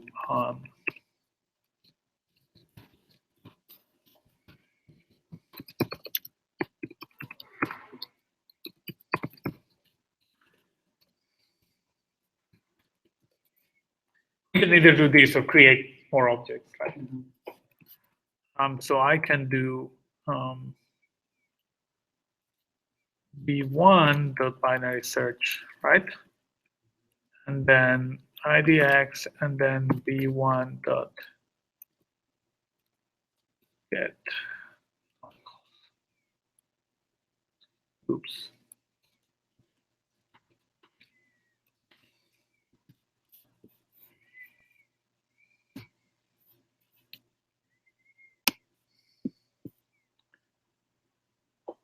It returns 12, and it took 4 calls.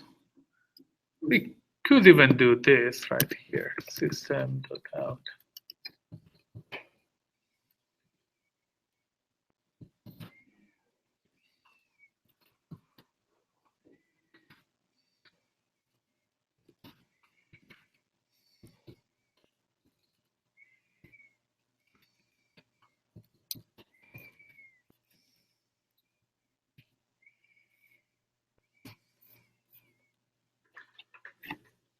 So initially we get called with 0 and 15, right?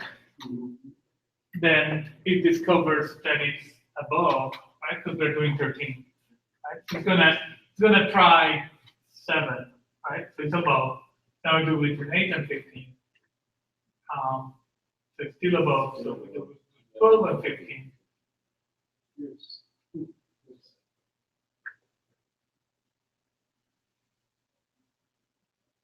And 12 and 12, why? Oh, because we do 12 and 13, our element is 13, but we do -1.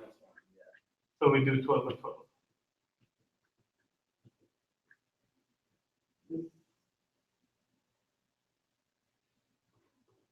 Does this make sense? Is this cool or what? And now you have classes, you have recursion, you have arrays, you can have a lot more fun now. Yeah. This example is very comprehensive. Very good. A lot of algorithms are simple with recursion or with loops. Depends on what you're doing. A lot of algorithms are very simple with loops.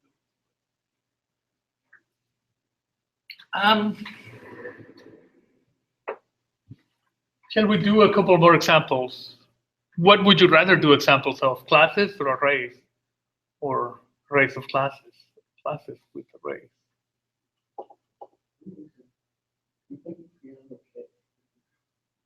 Try arrays because I use a lot of arrays types for file, checking file of 0 by reading multiple files.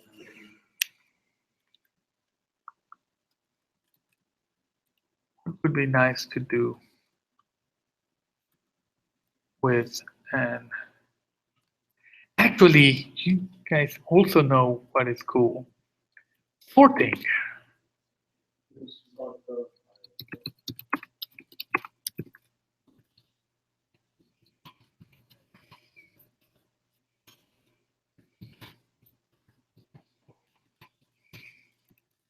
And I'm going to teach you guys the simplest possible sort ever.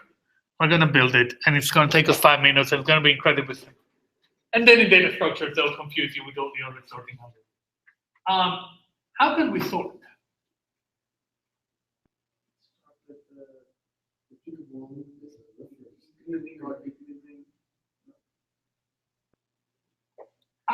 Order by then sort. Do you guys play cards? Have you played like Gin Rummy or Uno or something like that, right? Yeah. How do you sort? Just shuffle it. Oh, just one by one. Like when you have them in your hand, you have big hand. How do you sort? Yeah, you have the current card, you have the new card, you compare it. But if you just picked up your hand, what do you do?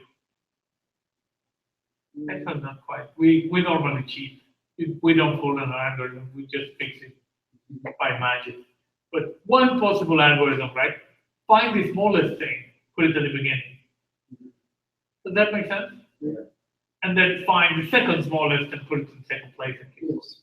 or find the biggest thing and put it at the end, right? Either way. Does that make sense? Mhm. So let's do that. Do you want to do smallest or biggest?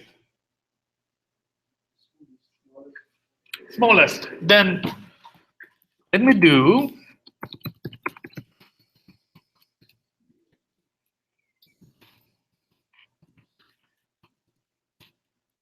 find the smallest, the index of the smallest element in an array, right?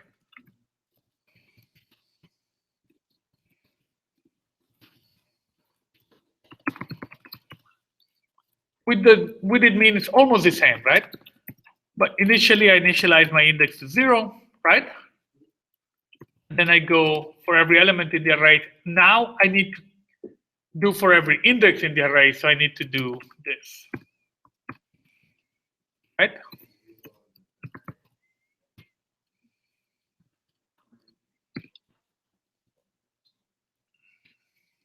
What do I do? If ARR of I, which is my current element, is less than what? Let me call it min IDX. It's terrible, but that's okay. If it's less than my current minimum, right? Then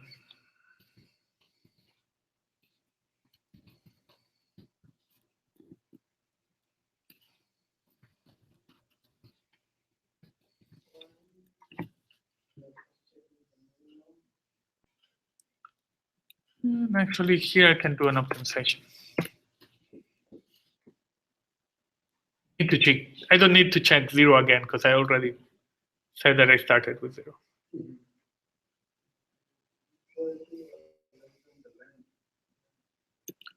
This is less than. Oh, if I have 10 elements, I go from 0 through 9. There is no element 10. Or from 1 through 9.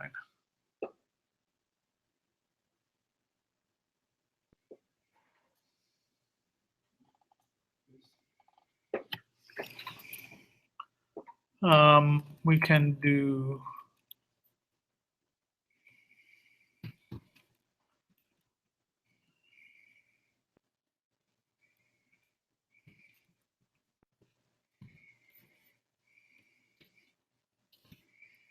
yes. I almost never call things without having verified that they at least sort of kind of works.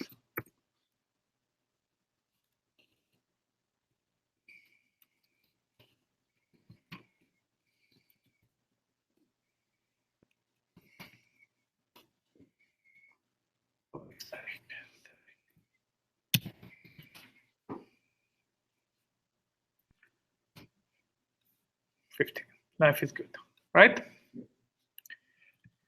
Now, what I'm gonna do, oh, but I cannot, I need,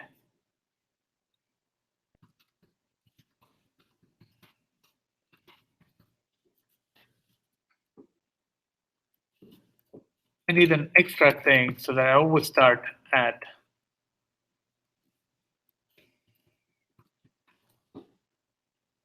because I'm going to find the minimum, put it on the first element, and then I want to find the minimum from element number 1 on, and the minimum from element number 2 on. Does that make sense? I have an extra parameter.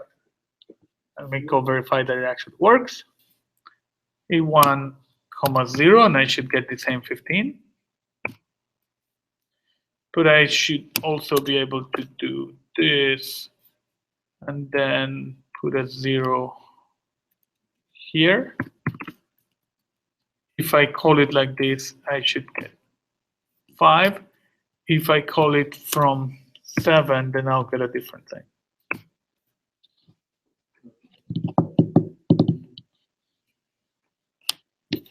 So life is good. This sort of kind of works, right?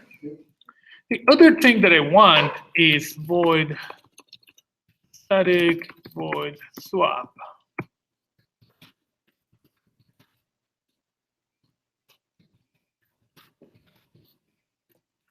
Swap 2 elements in an array. You give me the indices, and I'll swap them. What do we do? Oops.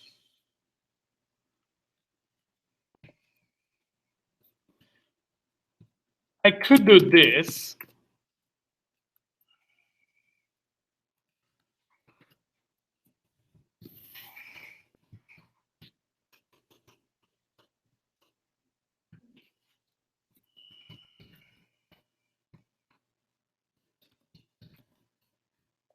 Is this correct?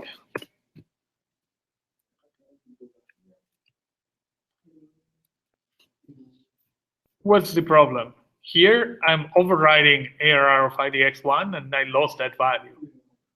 Right? So I need a temp.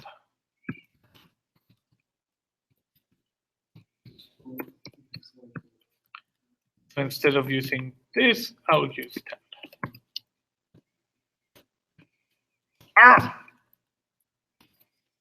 Right?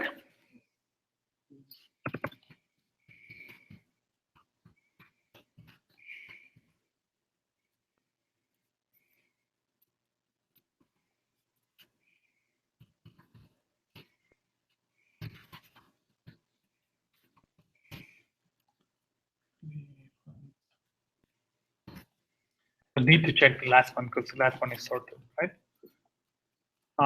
I do int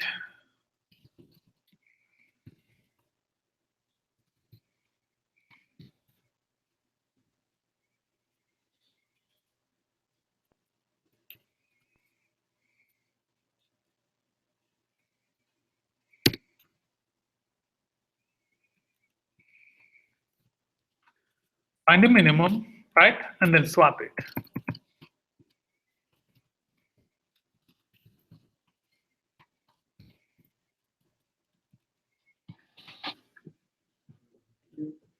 We can also do, I think we can also do this in recursive. We could do it recursively.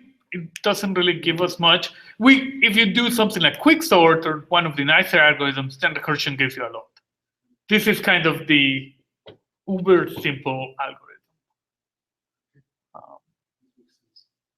The only one this is a very simple algorithm, right? It's hard to get wrong. It's possible we may have gotten it wrong, but if we get print array, no, we can steal it from here. We had a print array, right?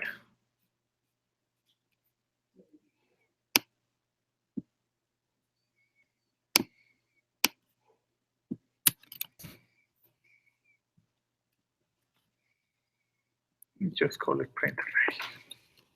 I don't care how it's implemented. So we can call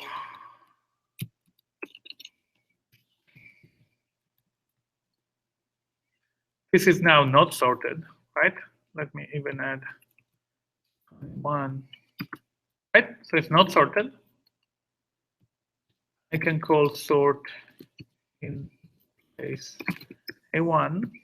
And I'm gonna call array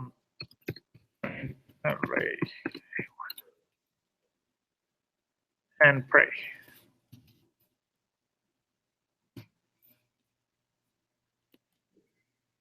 It seems to have worked. 0, 1, 2, 3, 21. Isn't this cool? Tiny functions. Each function is super simple, right? Let me just prime your brain for data structures and for those kinds of classes. How long does it take this sort in place?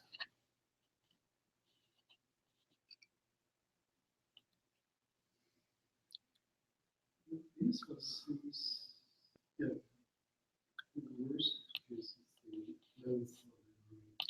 Well, it's the length of the array for finding this. This min IDX is the length of the array.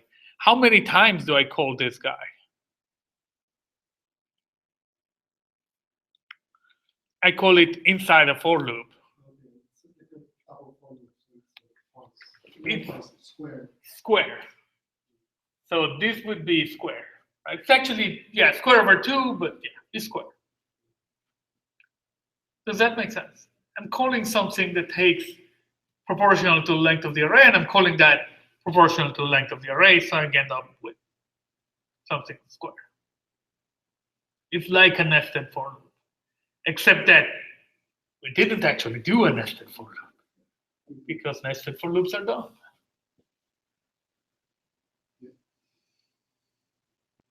Is this cool or what?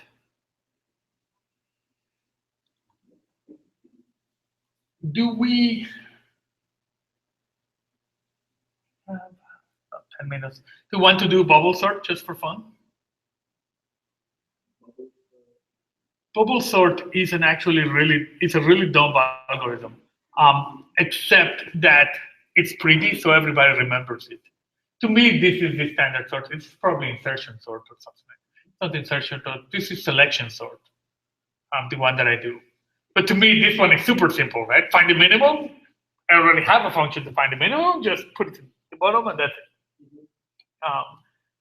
Maybe also because I play cards a lot. But bubble sort, you go swapping at every time. So you just compare an element with the next one, and if they're in the wrong order, you swap and keep going. You still have to do that many times, so that eventually, if you had the largest one at the bottom, it would still bubble up to the top.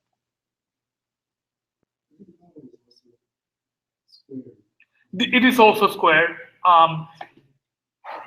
It is simple to optimize. You can optimize it a little bit. The problem is that you'd end up swapping things a lot. Whereas this selection sort would swap once every element, that one would end up swapping the element 5 times or 10 times, right? Which would be a problem if your elements are big. It's not a problem if you're swapping pointers or ints. It is a problem if your elements are big. But it does have a best case that's a little bit better. That's better than quadratic. This thing, the best and the worst are the same. We just always do the same amount of work. So bubble sort helps you in that respect. It's not a good sorting algorithm, it's just prettier. But I don't know if we want to. Yeah, no, yes, maybe. Okay, let's do the bubble.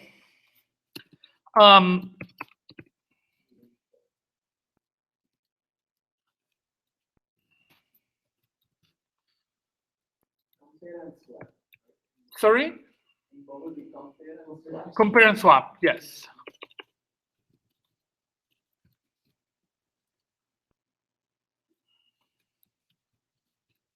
We are gonna, this does one bubble. One bubbling, right? So we do for int I equals 0, I less than arr.length -1 plus I if arr of I is greater than arr of I plus 1, right? We're going to swap arr I plus 1. Does this make sense? Now, let's do the optimization.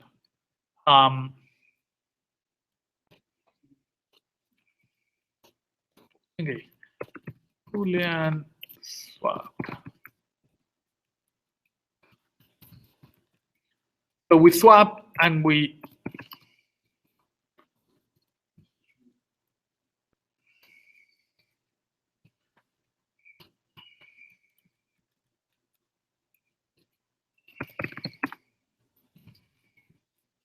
return whether we swapped or not. If we didn't swap, right, then it's sorted. Does that make sense? And so our bubble sort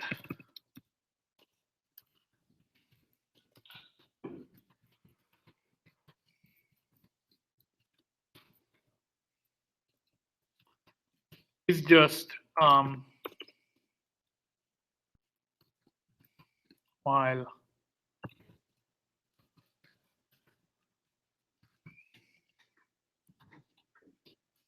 horrible syntax, but oh.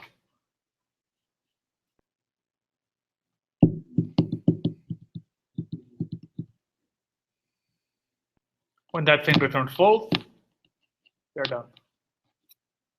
Maybe. We can also, let me do this. This would be prettier. We can do this. Where's this print? Print array. Instead of doing print line, let me do print lm plus space. Then at the end do system out print line.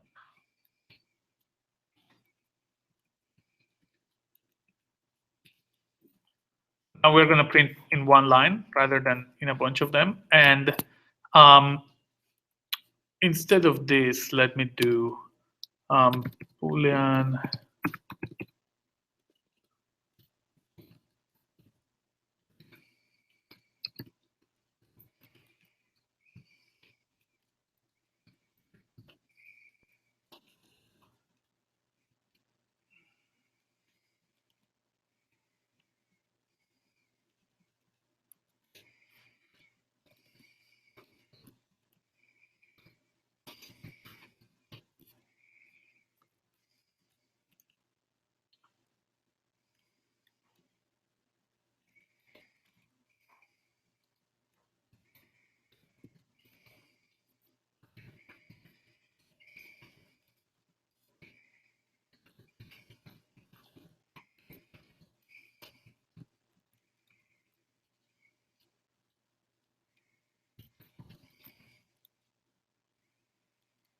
How about this?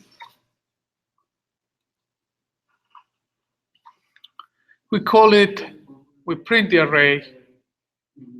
So we are not going to print this one. So sort in place, we do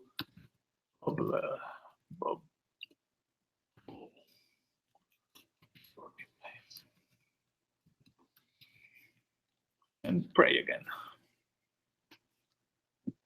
Yay! So we can see how this is sorted, right? This 0 is not sorted.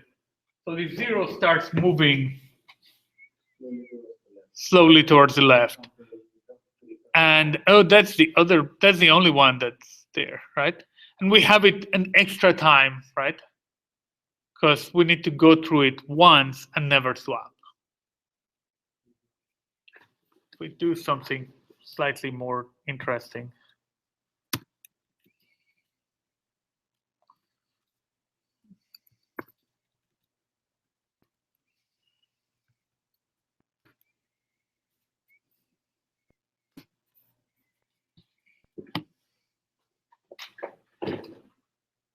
So the 21 is bubbling up, right? The 0 is bubbling down. Some of the others are bubbling, like the 25. You give two equal numbers. It would be, in this case, we don't terribly care where it ends up. It's perfectly okay. Nothing bad will happen.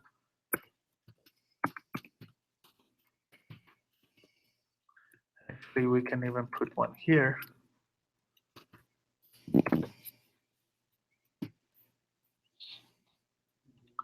Just when we compare, right? Our comparison for bubbling checks, is it bigger? And no, it's not bigger.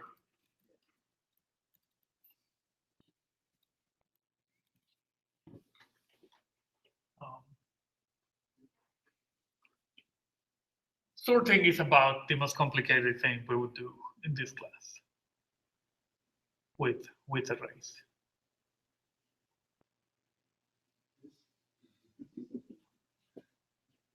Isn't this cool?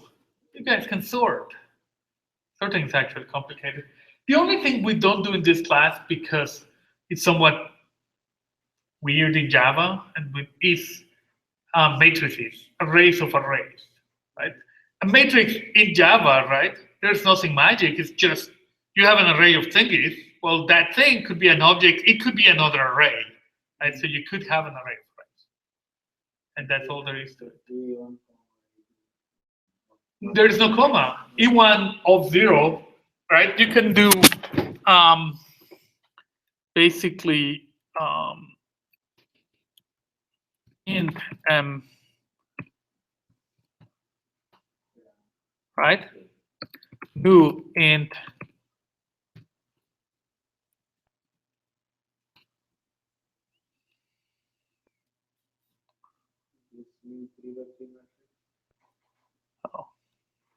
Oh, you need to specify.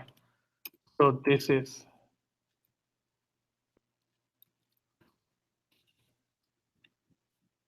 Do this.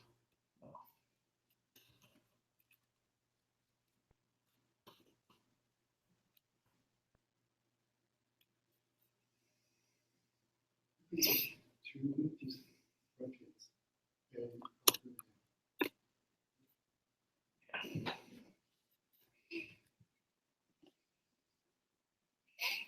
And then I would do m of 0 of 0.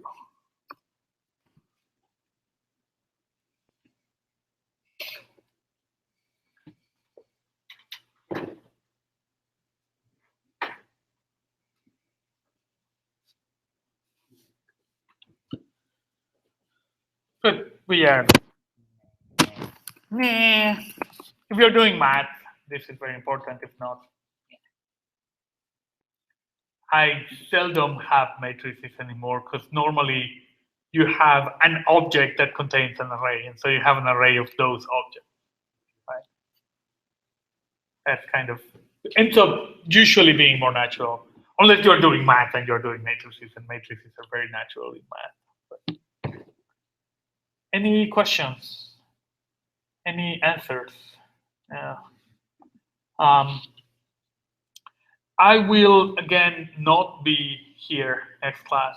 I'm assuming you guys won't be here either, but Sure. but I won't be here. But we'll still be in touch by D2L and email, and my cell phone still works. Cool. Next class you will be recording. I will record like I did with my first lecture. I'll record like 20-minute videos or something like that. Rather than, And yeah. post that on YouTube. Yes. Okay.